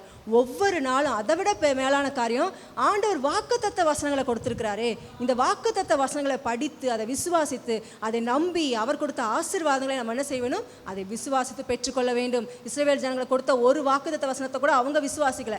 இன்னைக்கு புறஜாதியா இருந்த நம்மை அவர் தெரிந்து கொண்டு இந்த வசனத்தை எல்லாம் நமக்குரியதா இன்றைக்கு மாற்றி கொடுத்திருக்கிறார். அவங்க பெற வேண்டிய ஆசீர்வாதங்களை நாம் இன்றைக்கு சுதந்திரமாக்கி கொண்டு நம்ம வாழ்க்கையில நம்ம பெற்றுக்கொண்டிருக்கிறோம். எனவே நம்முடைய வாழ்க்கை ரொம்ப எப்பெல்லாம் நிறைய பேருக்கு எப்படி இருக்குன்னா, ரொம்ப ஈஸியா இருக்கு, எனக்கு எந்த கஷ்டமும் இல்லை, பிரச்சனை இல்லை, ஆண்டவரை மொத்தமா மறந்துடுவாங்க. அவங்களுடைய எண்ணங்கள்லாம் ஒரு பிரச்சனை வந்தால் தான் ஆலயத்துக்கு வரணும், ஒரு பிரச்சனை வந்தால் தான் முழங்கால போடணும், அப்போ தான் ஆண்டவரை நோக்கி பார்க்கணும், அதான் எனக்கு வாழ்க்கையில் எல்லாமே இருக்கே, எனக்கு எல்லாமே கிடச்சிருக்கே அப்படின்னு என்ன செய்கிறாங்க? ஒரு நிர்விசாரமான வாழ்க்கை வாழ்கிறாங்க. வாழ்க்கை எளிதாக இருந்தாலும் கடினமாக இருந்தாலும் எல்லாவற்றிலும் ஆண்டவர் தான் நமக்கு. அவரை நாம் மறந்து போகவே கூடாது, அவரை உதாசீனப்படுத்தக்கூடாது. எனக்கு ஏற்ற மாதிரி ஆண்டுடைய வார்த்தையை நான் வளர்ச்சிக்குவேன், எனக்கு எப்போ பிடிக்குதோ அந்த வார்த்தையை வச்சுக்குவேன், பிடிக்கலன்னா தூக்கி எறிஞ்சிருவேன் அப்படிங்கிற வாழ்க்கை அனுபவத்தை என்ன செய்து விடுவோம்? நாம் மாற்றி விடுவோம். என்றைக்குமே நான் என்னுடைய செல்வாக்கை பயன்படுத்தி நான் எல்லாத்தையும் செய்வேன் இல்லை, அவர் மாத்திரமே என்ன செய்ய வேண்டும்? நம்மை ஆளுகை செய்ய வேண்டும். இப்படிப்பட்ட ஒரு தனிப்பட்ட உறவை வளர்த்து கொண்டு அந்த கடந்த கால அனுபவங்களாம் நினைத்து பார்த்து நன்றி சொல்லி வாழ்வோம் என்றால் அது நம்முடைய விசுவாச வாழ்க்கையை உறுதிப்படுத்தும். நம்ம கடந்து ஓட்டத்தை ஜெயமாய் முடிப்பதற்கு நமக்கு பலனை கொடுக்கும். மூன்றாவதாக பார்த்தீங்க அப்படின்னா, மனத்தாழ்மையுடன் தேவனுக்கு அடிபணிந்து முழு மனதுடன் கீழ்ப்படியுங்கள். மனத்தாழ்மையுடன் தேவனுக்கு அடிபணிந்து முழு மனதுடன் கீழ்ப்படியுங்கள். சவுலை பார்க்கும் பொழுது தன்னுடைய கீழ்ப்படியாமையே ஒத்துக்கொள்ளவே இல்லை. நான் கீழ்ப்படியலை ஆண்டவரே, நீங்கள் முழுசாக செய்ய சொன்னீங்க, நான் செய்யலைன்னு சொல்லாமல் ஜனங்கள் மீதும் மற்றவர்கள் மீதும் பழியை போட்டார். அந்த குற்றச்சாட்டுகிற அனுபவம் நம்மை விட்டு கடந்து போவதாக. சவுலை போல என்ன செய்யாதீங்க? தப்பை செஞ்சுட்டு தப்பை திசை திருப்பாதீர்கள், மற்றவர்கள் மீது குறை சொல்லாதீர்கள். நம்முடைய செயல்கள் எதுங்கிறது நம்ம பேச்சை என்ன செய்துவிடும்? நம்மை வெளிப்படுத்திவிடும். எனவே நாம் என்ன செய்ய வேண்டும்? விசுவாசத்தில் உறுதியாக இருப்போம். நான் விசுவாசத்தில் உறுதியாக இருக்கிறேன்னா ஆண்டவரை நான் எப்படி நேசிக்கிறேன், அவர் மீது நான் எவ்வளோ வைராக்கியமாக இருக்கிறேங்கிறது என்னுடைய செயல்பாட்டிலும் சூழ்நிலைகள் என்ன செய்துவிடும்? காட்டி கொடுத்துவிடும். நான்காவதாக, தேவனுடைய நேரத்தையும் அவருடைய வழிகாட்டுதலையும் நம்புங்கள். தேவனுடைய நேரத்தையும் அவருடைய வழிகாட்டுதலையும் நம்புங்கள். இங்கே சவுலுக்கு கொஞ்ச நேரம் காத்திருக்க மனசே இல்லை. சாமுவேல் தீர்க்கதரிசி வரட்டும், அவர் ஒரு தேவனுடைய மனிதர், அவர் வந்து செய்ய வேண்டிய காரியத்தை செய்யட்டும் என்று காத்திருக்கிறதான இருதயம் அவருக்கு இல்லை. இது எதை காண்பிக்கிறது என்றால், நாம் தேவனுடைய நேரத்தை நம்பவில்லை என்று. தேவன் நம்ம எல்லாருக்கும் ஒரு நேரம் வச்சிருக்கிறார். அவருடைய கிளாக்கில் அந்த நேரம் எப்போ சரியாக வருதோ அன்னைக்கு தான் அந்த காரியம் நம்மள நிறைவேறும். ஆனால் நமக்கு அவசரம், எனக்கு இந்த கிளாக் டைமை நான் என்ன செய்யணும்? இன்னும் 10 நிமிஷம் கூட்டி வைங்க ஆண்டவரே, இன்னும் ஒரு அரை மணி நேரம் வச்சுருங்கப்பா, என்னால் பொறுக்க முடியாது, இது என்ன அப்படின்னு சொல்லி நம்ம தான் என்ன செஞ்சுருக்கோம்? ரொம்ப டென்ஷன் ஆகிறோம், பலவிதமான காரியங்களை செய்கிறோம், ஆண்டவரை தூஷிக்கிறோம், என்னென்னமோ செஞ்சு முடிச்சிடறோம். ஆண்டவர் சொல்கிறாரு, அவருடைய நேரத்துக்கு காத்துருங்க, அவருடைய வழிநடத்துதலுக்கு காத்திருங்க, பொறுமையாயிருங்கள். கர்த்தருக்காக பொறுமையாய் காத்திருக்கிறவர்களே அவர் என்ன செய்கிறார்? அவர்களுக்கு நிறைவான பலனை, அவர்களுக்காக என்ன செய்ய வேண்டும் என்று ஆண்டவர் வைத்திருந்தாரோ அவை எல்லாவற்றையும் அவருடைய வாழ்க்கையில் ஆண்டவர் என்ன செய்கிறார்? நிறைவேற்றி கொடுக்கிறார். அப்போ சவுலுக்கு அந்த விசுவாச கண்கள் இல்லை. ஆண்டவர் இந்த அமலேக்கியர்களை என்னை கொண்டு அழிக்க சொல்லியிருக்கிறார், அவர் அதை செய்து முடிப்பார் என்று பார்க்கிற விசுவாச கண்கள் இல்லாதபடி தானாகவே முடிவெடுத்து தானாகவே என்ன செய்கிறார்? காரியங்களை செய்கிறதை பார்க்கிறோம். அப்போ தேவனை நம்புவதும் அவரை விசுவாசிப்பதும் நம்முடைய இருதயத்தில் அதுக்கு ஒரு தனிப்பட்ட விஷயமாக இருக்கணும். எங்கள் அப்பா சொன்னாங்க, அம்மா சொன்னாங்க, அதன் அடிப்படையில் தான் அந்த விசுவாசம் எனக்கு வந்திருக்கு, அது வரைக்கும் தான் நான் விசுவாசிப்பேன். அவங்க ஆண்டவர் வேண்டான்னு சொல்லிட்டாங்கன்னா ஆண்டவரை விட்டுருவேன். நீ இந்த ஆண்டவருக்காக காத்திருக்க வேண்டாம், நம்மளா முடிவு எடுத்துக்குவோம், எத்தனை நாள் இதுக்கு பொறுமையாக இருக்கிறது, எப்போ தான் பதில் வருமா அப்படின்னு சொல்லிட்டாங்க. அதனால நான் என்ன செஞ்சுட்டேன்? ஏன் நேரத்தின்படி எனக்கு என்ன தோணுச்சோ, எனக்கு எது நலவுன்னு தெரிஞ்சிச்சோ அதை நான் செஞ்சுட்டேன்னு சொல்லாதபடி, இந்த விஷயம் என்னுடைய வாழ்க்கையில் ஒவ்வொருத்தரும் சொன்ன, ஆண்டவரே இது என்னுடைய தனிப்பட்ட காரியம், நான் உம்முடைய நேரத்துக்காக காத்திருக்கேன். மற்றவங்க வந்து ரொம்ப புஷ் பண்ணுவாங்க, என்ன நீ இன்னுமா அதுக்கு முடிவெடுக்கலை, இன்னும் இதை செய்யலையா, என்ன இப்படி போயிட்டுருக்கீங்க, அப்படி போகிறீங்க, இன்னும் இதுலேயுமா ஆண்டவரை சொல்கிறீங்க அப்படின்னு கேட்கலாம். இது உங்களுடைய தனிப்பட்ட காரியம். நான் ஆண்டோடைய நேரத்திற்காக காத்திருக்கிறேன், அவர் எனக்காக குறித்ததை நிச்சயமாக எனக்கு நிறைவேற்றுவார் அப்படிங்கிற ஒரு தனிப்பட்ட விசுவாசம், தனிப்பட்ட இருதயம், ஒரு அனுபவம் நம்முடைய வாழ்க்கையில் காணப்பட வேண்டும். இதுதான் நான் ஆண்டவருக்கு அடிபணிந்திருக்கிறேன், ஒரு பணிவுள்ள இருதயத்தின் அடையாளமாக இருக்கிறது. இன்றைக்கி நிறைய நேரம் நம்ம என்ன செய்கிறோன்னா, ஆண்டோடைய அன்பை நம்ம என்ன செய்கிறோம்? உதாசீனப்படுத்துகிறோம், அலட்சியப்படுத்துகிறோம். நினச்சிக்கோங்க, ஆண்டவர் என்ன செஞ்சுருக்கிறாருன்னா, ஏதோ இன்றைக்கி நீங்கள் இந்த சபையில் வந்ததுனாலே இல்லை, எங்கேயோ ஆண்டவரை பற்றி நான் கேட்டேன், எங்கேயோ ரட்சிக்கப்பட்டேன், அப்போ தான் ஆண்டவர் உங்களை அறிந்தார் இல்லை. உலக தோற்றத்துக்கு முன்னதாகவே, இந்த உலகத்தை அஸ்திபாரப்படுத்துறதுக்கு முன்னதாகவே நம்ம எல்லாரையும் அறிந்து கொண்டார். பேரை சொல்லி அழைத்தார். நம்முடைய பேரை அவருடைய ஆதீனத்தில் குறித்து வைத்தாராம். ஒரு குறித்த வேலை, ஏற்ற வேலை வரும்போது அவருடைய பிள்ளையாக மாற்றி இந்த வீட்டில், ஜெப வீட்டில் நம்ம என்ன செய்திருக்கிறார்? ஆண்டவர் கொண்டு வந்திருக்கிறார். அப்போ அவருடைய நேரம் எப்பொழுதும் சிறந்தது. அந்த சிறந்த நேரத்தை மிஸ் பண்ணிடாதீங்க. அந்த மாதிரி ஒரு நேரம் திரும்ப வாழ்க்கையில் வரவே வராது. நமக்கு நம்முடைய நேரம் பெருசு. ஐயோ நேரம் அப்படி போகுது, காலம் போயிடுச்சு, வயசு போயிடுச்சு, அங்கே போயிடுச்சு, இப்படி போயிடுச்சு, இவங்க போயிடுவாங்க, இவங்க எனக்காக காத்துட்டு இருக்க மாட்டாங்க, எனக்கு ஆண்டவரோட அவங்க தான் ரொம்ப முக்கியம் அப்படின்னு சொல்லாதபடி, ஆண்டவரே நீர் குறித்த நேரத்திற்காக நான் காத்திருக்கிறேன், உம்முடைய பலத்த கரத்துக்குள்ள நான் அடங்கி இருக்கிறேன்ப்பா, ஏற்ற வேளையில் நீர் என்னை உயர்த்துவீர் என்ற தனிப்பட்ட விசுவாசத்தை வச்சுக்கோங்க. மனுஷங்க புஷ் பண்ண தான் செய்வாங்க, சூழ்நிலைகள் புஷ் பண்ண தான் செய்யும். அதுக்கு நேராக ஓடாதீங்க. ஆண்டுடைய வழிகாட்டுதல் படியாக வழிகாட்டுதல் நமக்கு போதுமானவைகள். ஒவ்வொரு நாளும் நான் எப்படி நடக்கணும், என்ன செய்யணும், என்னுடைய வாழ்க்கையின் காரியங்கள் என்ன அப்படிங்கிறதுக்கு அவருடைய வழிகாட்டுதல் போதுமானது. அதை விட வேற ஒரு மனுஷோட வழிகாட்டுதலை தேடி போகாதீங்க. நிறைய பேர் நிறைய தலைப்புலாம் நம்மளை கூப்பிடுவாங்க. அவருடைய சித்தத்தை கண்டுபிடிப்பது எப்படி, கண்டறிவது எப்படி, அப்படி இப்படின்பாங்க. அவருடைய சித்தத்தை நிச்சயமாக ஆண்டவர் நமக்கு வெளிப்படுத்துவார். அவருக்கு காத்திருங்க போதும். அவர் சொல்லியிருக்கிற வசனத்தின் வெளிச்சத்தின்படி நடங்க. அந்த வழிகாட்டுதலே நம்முடைய வாழ்க்கை முழுவதற்கும் பூரணமானதாக இருக்கிறது. எனவே ஆண்டவரை நம்புங்கள். இப்போ பாருங்கள், ஆரம்பித்தப்ப உங்களுடைய விசுவாசம் உங்களுக்கு அதிகமாக வேணும்னு நினச்சிங்களா, இல்லை விரும்புகிறீங்களா அப்படின்னு ஆண்டவர் கேட்டார்ல. இப்போ இந்த முடிவில் நீங்கள் என்ன முடிவு பண்ணியிருக்கீங்க? உங்களுடைய விசுவாசத்தை எப்படி நான் இன்னும் பலப்படுத்த, ஆண்டவரை நான் எப்படி பிடித்துக்கொள்வேன், என்ன தீர்மானம் எடுத்தீங்க அப்படிங்கிறது ஆண்டவருக்கு நிச்சயமாக தெரியும். கடைசியாக நான் முடிக்கிறேன். எனவே ஒவ்வொரு நாளும் ஆண்டவரை நம்ப கற்றுக்கொள்ளுங்கள். அதை கற்றுக்கொள்ளுங்கள். நம்ம லேர்ன் பண்ணணும். நிறைய விஷயத்துலேருந்து ஆண்டவர் கற்றுக் கொடுக்கிறார். படிக்கிற பிள்ளைகளை பாருங்கள், அவங்க செயல்முறை மூலமாக படிப்பாங்க, எழுத்து மூலமாக, போதிக்கிறது மூலமாக கற்றுக்கொள்ளும். நிறைய விஷயங்களை கற்றுக்கொள்வது போல் வாழ்க்கையில் ஆண்டவரை நம்புவதை நம்ம கற்றுக்கொள்ளணும். நிறைய சூழ்நிலைகள் தான் நமக்கு கற்றுக் கொடுக்கிறது. அதிலெல்லாம் நம்முடைய கவனத்தை ஆண்டவர் மீது வைத்துக்கொள்ளுங்கள். ஆண்டவரே நீங்கள் என்னை இங்கே எப்படி பார்க்குறீங்கப்பா, என் வாழ்க்கை எப்படி இருக்கிறது, நான் எப்படி இருக்கிறேன் அப்படிங்கிறத நீங்கள் என்ன செய்யுங்க, கவனம் செலுத்துங்கள். நான் ரொம்ப பயங்கரமாக இருக்கிறேன், நான் ஆவிக்குரியதில் பயங்கரமாக வளர்ந்துட்டேன் அப்படின்னு சொல்லிட்டு நிறைய பேர் ஆண்டவருக்கு முன்னால் ஓடி போகிறாங்க. தயவுசெய்து ஆண்டவருக்கு முன்னால் ஓடாதீங்க, ஆண்டவருக்கு பின்னாலே வாங்க. ஆண்டவர் நமக்கு முன்னால் அவர் போகட்டும். ஆண்டவரை ஒருபோதும் எந்த சூழ்நிலையிலும் ஆண்டவரை உதாசீனப்படுத்தாதீர்கள். தேவனுடைய பாதையிலேயே தங்கியிருங்கள். அவருடைய வாக்குத்தத்தங்களை ஒவ்வொரு நாளும் நினைவு கூறுங்கள். விசுவாச வாழ்க்கை நிச்சயமாக பலப்படும். அநேகரை நம்மை கொண்டு, நம்ம எந்த நோக்கத்திற்காக ஆண்டவர் தெரிந்து கொண்டாரோ அந்த நோக்கம் நிறைவேறுவதை ஆண்டவர் நம்முடைய வாழ்க்கையில் செய்வதை நாமும் காண முடியும். அநேக கண்கள் காண முடியும். அநேகருக்கு பிரயோஜனமாக, மலை மேல் இருக்கிற பட்டணமாக, இந்த உலகத்தில் வெளிச்சம் வீசுகிறவர்களாக, கோணலும் மாறுபாடும் உள்ள சந்ததிகளுக்கு முன்பாக ஜீவ சுடர்களை பிடித்துக்கொண்டு, அந்த ஜீவ வசனத்தை பிடித்துக்கொண்ட சுடர்களாய் நம்ம இருக்கும்படியாக ஆண்டவர் என்ன செய்வார், நம்மை எடுத்து பயன்படுத்துவார். கர்த்தர் நம்மை ஆசீர்வதிப்பாராக. ஆமென்.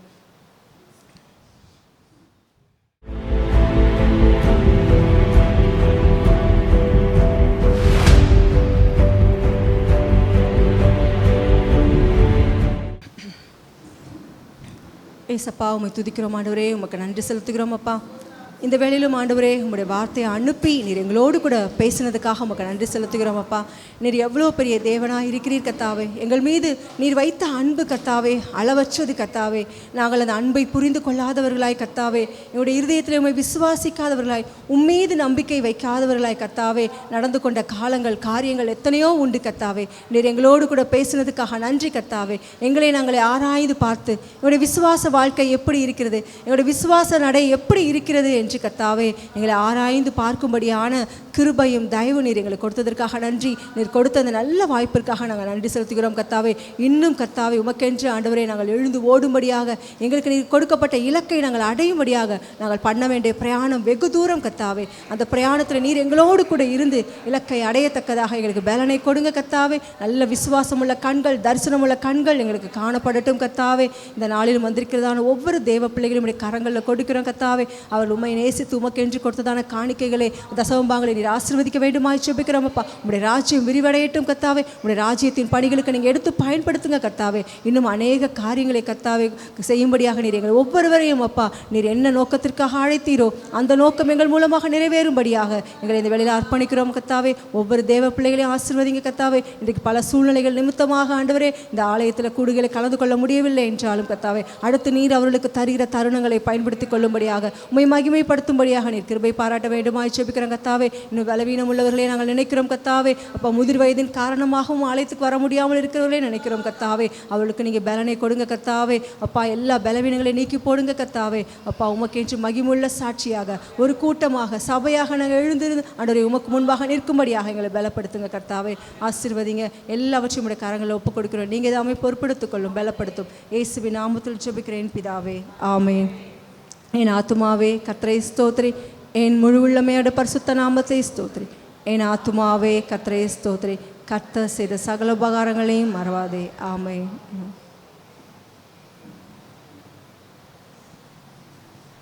ஸ்தோத்திரம் ஸ்தோத்திரம் ஸ்தோத்திரம் ஸ்தோத்திரம்.